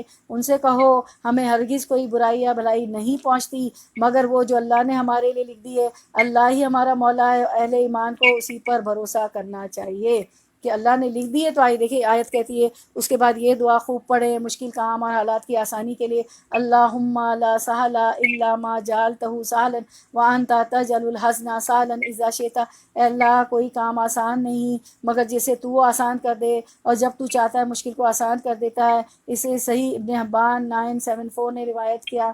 اس کے بعد ہم دیکھتے ہیں کہ رسول اللہ صلی اللہ علیہ وسلم نے فرمایا کہ یقیناً دعا ان امور میں فائدہ دیتی ہے جو نازل ہو چکے ہیں، اور ان امور میں بھی جو نازل نہیں ہوئے. لہٰذا اے اللہ کے بندو، دعا کو لازم پکڑو. ترمذی. دیکھیں اب جو ہے کوئی تو اس وائرس سے افیکٹ ہو گئے، ٹھیک ہے، یعنی کہ باقاعدہ ان کو آ چکا ہے، وہ بیماری آ گئی. اچھا، جو افیکٹ نہیں ہوئے تو وہ اس طرح افیکٹ ہو رہے ہیں کہ جاب چلی گئی ہے، چیزیں نہیں، بہت سی چیزوں میں جیسے روٹین ہمارا چینج ہو گیا ہے. تو اب جو چیز نازل نہیں ہوتی تو دعا ہم پہ اس میں بھی فائدہ دے گی، اور جو نازل ہو چکی ہے، وبا آ چکی ہے، اس میں بھی دعا فائدہ دے گی. تو لہٰذا اللہ کے بندو، دعا کو لازم پکڑ لو. اور پھر اس کے بعد فرمایا سیدنا عمر رضی اللہ عنہ شام کی طرف نکلے. جب وہ سرخ مقام پر تھے تو یہ خبر ملی کہ شام میں ایک وبا پھیل گئی ہے. اس موقع پر سیدنا عبد الرحمن بن عوف رضی اللہ عنہ نے بتایا کہ رسول اللہ صلی اللہ علیہ وسلم نے فرمایا، اگر تم کسی زمین پر اس وبا کے بارے میں سنیں تو وہاں نہ جاؤ. اگر وہ وبا کسی ایسی جگہ آ جائے جہاں تم بھی ہو تو اسے بھاگنے کے لیے وہاں سے نہ نکلنا. صحیح مسلم. اور سیدنا ابو ہریرہ رضی اللہ عنہ فرماتے ہیں کہ رسول اللہ صلی اللہ علیہ وسلم نے فرمایا، کسی بیمار کو صحت مند کے پاس نہ لایا جائے. اگر کوئی ایسا آپ کا رشتہ دار بیمار ہو گیا ہے تو آپ اس کے پاس نہیں جائیں گی، کیونکہ ابھی مجھے خبر آئی تھی کہ کسی کا کوئی بیمار ہو گیا تو بچے اور بیوی کو بھی ہاسپٹل نہیں جانے دیا. یہاں تو بہت اچھی کہہ رہے، وہ باہر سے ان کو کھانا وانا دے کے چلے جاتے ہیں. اور دیکھیں یہ میں نہیں کہہ رہی ہوں، یہ صحیح ہے، بخاری و مسلم میں حدیث کو دنیا ہے. پھر سے پڑھتی ہوں. سیدنا ابو ہریرہ رضی اللہ عنہ فرماتے ہیں کہ رسول اللہ صلی اللہ علیہ وسلم نے فرمایا کسی بیمار کو صحت مند کے پاس نہ لایا جائے۔ اس کے بعد سیدنا انس رضی اللہ عنہ فرماتے ہیں کہ رسول اللہ صلی اللہ علیہ وسلم نے فرمایا نیک اعمال بری اموات، آفتوں اور ہلاکتوں سے محفوظ رکھتے ہیں۔ تو اس وقت ہمارے نیک اموال جو ہیں ہمارے نیک اعمال ہیں، اموات کو بھی بچا لیں گے۔ خیر موت تو اللہ نے لکھی ہے، جو آفتیں اور ہلاکتیں آ گئی ہیں اس وقت اس سے بھی محفوظ رہ جائیں گے۔ نیک اعمال، میری بہنوں گناہ سزا کیوں آتی ہے کہ نیک اعمال نہیں ہو رہے تھے نا، جبھی تو سزا آ جاتی ہے نا۔ تو یہی چیز بتا رہے اس حدیث میں کہ نیک اعمال جو ہے جو ہمیں اس آفت مصیبت سے ہمیں بچا لیں گے، تو نیک اعمال کرنے چاہیے۔ تو فرماتے ہیں کہ تو دنیا میں بھی بھلائی والے ہی آخرت میں بھلائی والے ہیں۔ جو نیک اعمال کریں گے تو دنیا میں بھی ان کے لیے بھلائی، آخرت میں بھی بھلائی۔ علامہ ابن قیوم بہت اچھی بات مجھے ان کی لگی، دیکھیں کیا فرما رہے ہیں۔ علامہ ابن قیوم رحمہ اللہ نے فرمایا، میں نے سوچا ایک ہی سیشن میں پورا کر دوں، کل پھر کچھ اور پڑھ لیں گے انشاءاللہ، سورۃ النساء شروع کر دیں گے۔ سب لوگ قرآن لے کے بیٹھیے گا، 12:30 اگر رمضان ہوئی۔ بیماری کے کچھ بڑے علاج، دیکھیں کتنی اچھی بات بتا رہے ہیں۔ بیماری کے کچھ بڑے علاج یہ ہے کہ نیکی اور بھلائی کرنا۔ دیکھیں بیماری دور ہو جائے گی، نیکی اور بھلائی کریں، ذکر کریں، اپنی زبان کو اللہ کے ذکر سے طرف رکھیں، دعا کریں، بہت دعا کریں، رو دھو کر مانگنا، اللہ سے گڑ گڑا کر دعا کرنا، اور توبہ کرنا، توبہ استغفار۔ یہی امور بیماریوں کو دور کرنے اور شفا حاصل کرنے میں بہت مؤثر ہیں، یہ فرما رہے ہیں۔ اور یہ ادویات سے زیادہ عظیم ہے، یعنی یہ ادویات سے زیادہ عظیم ہے، یہ جو سب کچھ انہوں نے بتایا۔ لیکن یہ نفس کے تیار ہونے، اسے قبول کرنے، اس کے نفع کا یقین رکھنے کے مقدار کے مطابق ہے۔ اس پہ ہمیں یقین ہونا چاہیے نا، کہ اگر ہمیں اس پہ یقین ہوگا کہ نیکی اور بھلائی کا کام کرنا ہے، ذکر کرنا ہے، دعا کرنا ہے، رو دھو کر مانگنا ہے، اللہ سے گڑ گڑا کر دعا کرنا ہے، توبہ کرنا ہے، لیکن یہ ہمارے نفس کے تیار ہونے، نفس اس کے لیے تیار ہو جائے، اسے قبول کر لے اور اس کے نفع کا یقین رکھنے کی مقدار کے مطابق ہے۔ جتنا ہمیں اس کے نفع کا یقین ہوگا جتنی مقدار میں، تو اتنا ہمیں فائدہ ہوگا۔ تو اس کو انہوں نے زاد المعاد میں، جو ان کی کتاب ہے امام ابن القیم نے لکھا ہے زاد المعاد میں، سیدنا بلال رضی اللہ عنہ فرماتے ہیں کہ رسول اللہ صلی اللہ علیہ وسلم نے فرمایا قیام اللیل کو تھامے رکھو، کیونکہ یہ تم سے پہلے نیک لوگوں کا طریقہ ہے۔ یقیناً قیام اللیل اللہ کا قرب حاصل کرنے، گناہوں سے محفوظ رکھنے، خطاؤں کے مٹانے اور بیماری کو جسم سے دور کرنے کا ذریعہ ہے۔ تو رمضان کے بعد بھی قیام اللیل کرنا ہے۔ نمبر 1 گناہوں سے محفوظ ہو جائیں گے، نمبر 2 خطائیں مٹ جائیں گی، بیماری کو جسم سے دور کرنے کا طریقہ ہے، بیماری بھی دور ہو جاتی ہے۔ جو زیادہ دین کا کام کر رہے ہوتے، پڑھ رہے ہوتے ہیں، بیماریاں ان سے دور ہوتی ہیں۔ دیکھیں میں نہیں کہہ رہی ہوں، یہ کون بتا رہا ہے آپ کو؟ سیدنا بلال رضی اللہ عنہ بتا رہے ہیں، ترمذی اور اس کو احمد اور صحیح نے روایت کیا۔ پھر اور کیا دیکھتے ہیں ہم؟ جی اس کے بعد ہم دیکھتے ہیں، میں نکال رہی ہوں ایک سیکنڈ میں۔ جی اس کے بعد ہم دیکھتے ہیں کہ اچھا قیام اللیل ہم نے کر لیا، ٹھیک ہے۔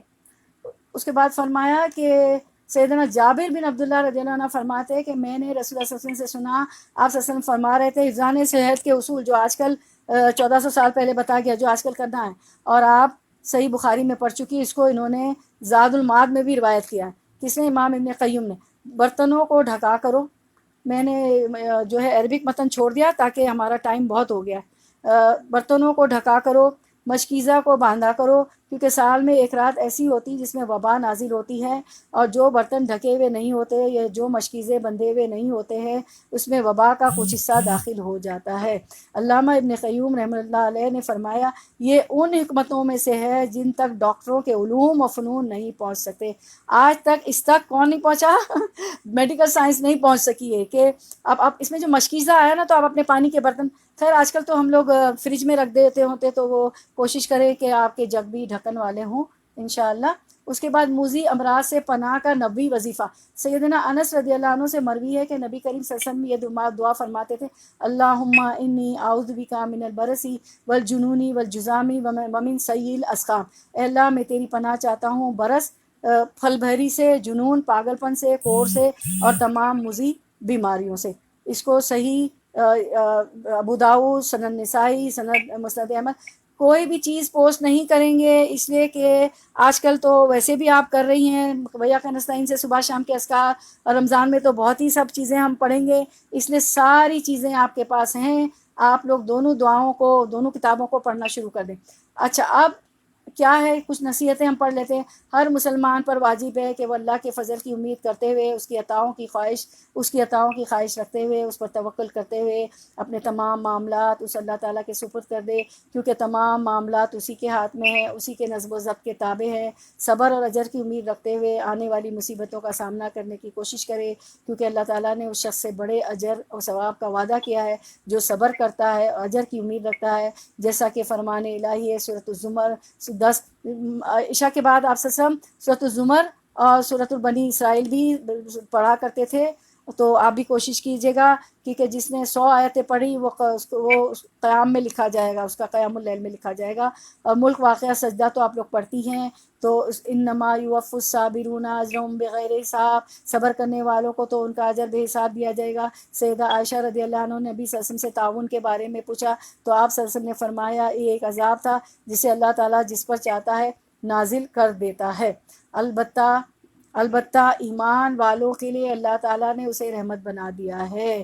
تو یہ عذاب جو ہے میری بہنوں اس پہ خوشخبری ہے کہ بی بی عائشہ فرماتی کہ ایمان والوں کے لیے رحمت ہے، لہٰذا جو شخص بھی تعاون کے مرض میں مبتلا ہو اور صبر کے ساتھ اور اجر و ثواب کی نیت رکھتے ہوئے وہ اپنے علاقے میں ہی اس یقین کے ساتھ مقیم رہا کہ اسے صرف وہی تکلیف پہنچے گی جو اللہ نے اس کے لیے رکھ لی ہے، تو اسے شہید کے اجر کے برابر ثواب ملے گا۔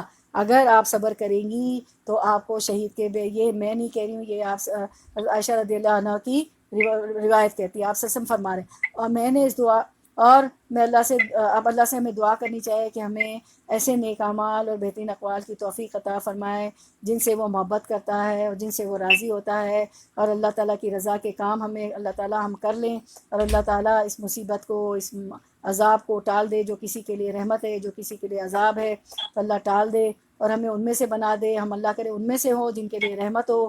یقیناً وہ سچ فرماتا ہے کہ سیدھا راستہ اللہ ہی دکھاتا ہے۔ ہر قسم کی تکلیف اکیلے ہر قسم کی تعریف اللہ کے لیے ہے، جو ہمارے پیارے نبی صلی اللہ علیہ وسلم اور آپ صلی اللہ علیہ وسلم کی آل پر اور صحابہ کرام پر اللہ کی بے شمار رحمتیں اور سلامتیں نازل ہوں، آمین یا رب العالمین۔ سبحانک اللہ، ہم نے دعائیں بھی ساری بیچ میں بہت ساری کر لی تھی انشاءاللہ، اور اللہ تعالیٰ کو تو پتہ ہی کہ ذکر سے بھی دعائیں قبول ہوتی۔ سبحانک اللہم و بحمدک نشہد ان لا الہ الا انت نستغفرک و نتوب الیک۔ السلام علیکم ورحمۃ اللہ وبرکاتہ۔ چلیں ہم جو ہے وعلیکم السلام ورحمۃ اللہ جی وبرکاتہ۔ وعلیکم السلام ورحمۃ اللہ وبرکاتہ۔ جناب بہت اچھا کیا، بہت سننا، بہت مزہ آیا۔ اللهم سب کو السلام علیکم اور بلغنا رمضان مبارک۔ اللهم بلغنا رمضان ووفقنا فيه للصيام والقيام واجعلنا فيه من عتقائك من النار برحمتك يا أرحم الراحمين۔ تلاوت سن لیں، قرآن کا بہت ثواب ہے، اور یہ آیت کو گھر جا کر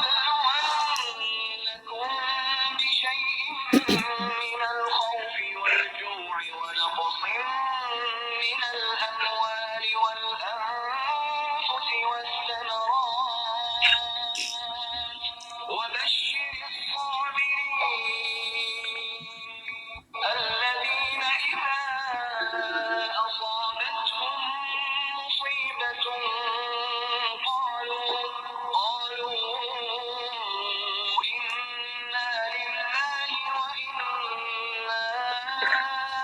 إليه راجعون أولئك عليهم صلوات من ربهم ورحمة وأولئك هم المهتدون۔ جی بولیے رفعت بہن، آپ کچھ بول رہی تھی، رفعت بہن بولیے، رفعت بہن۔ السلام علیکم ورحمۃ اللہ وبرکاتہ۔ وعلیکم السلام ورحمۃ اللہ وبرکاتہ۔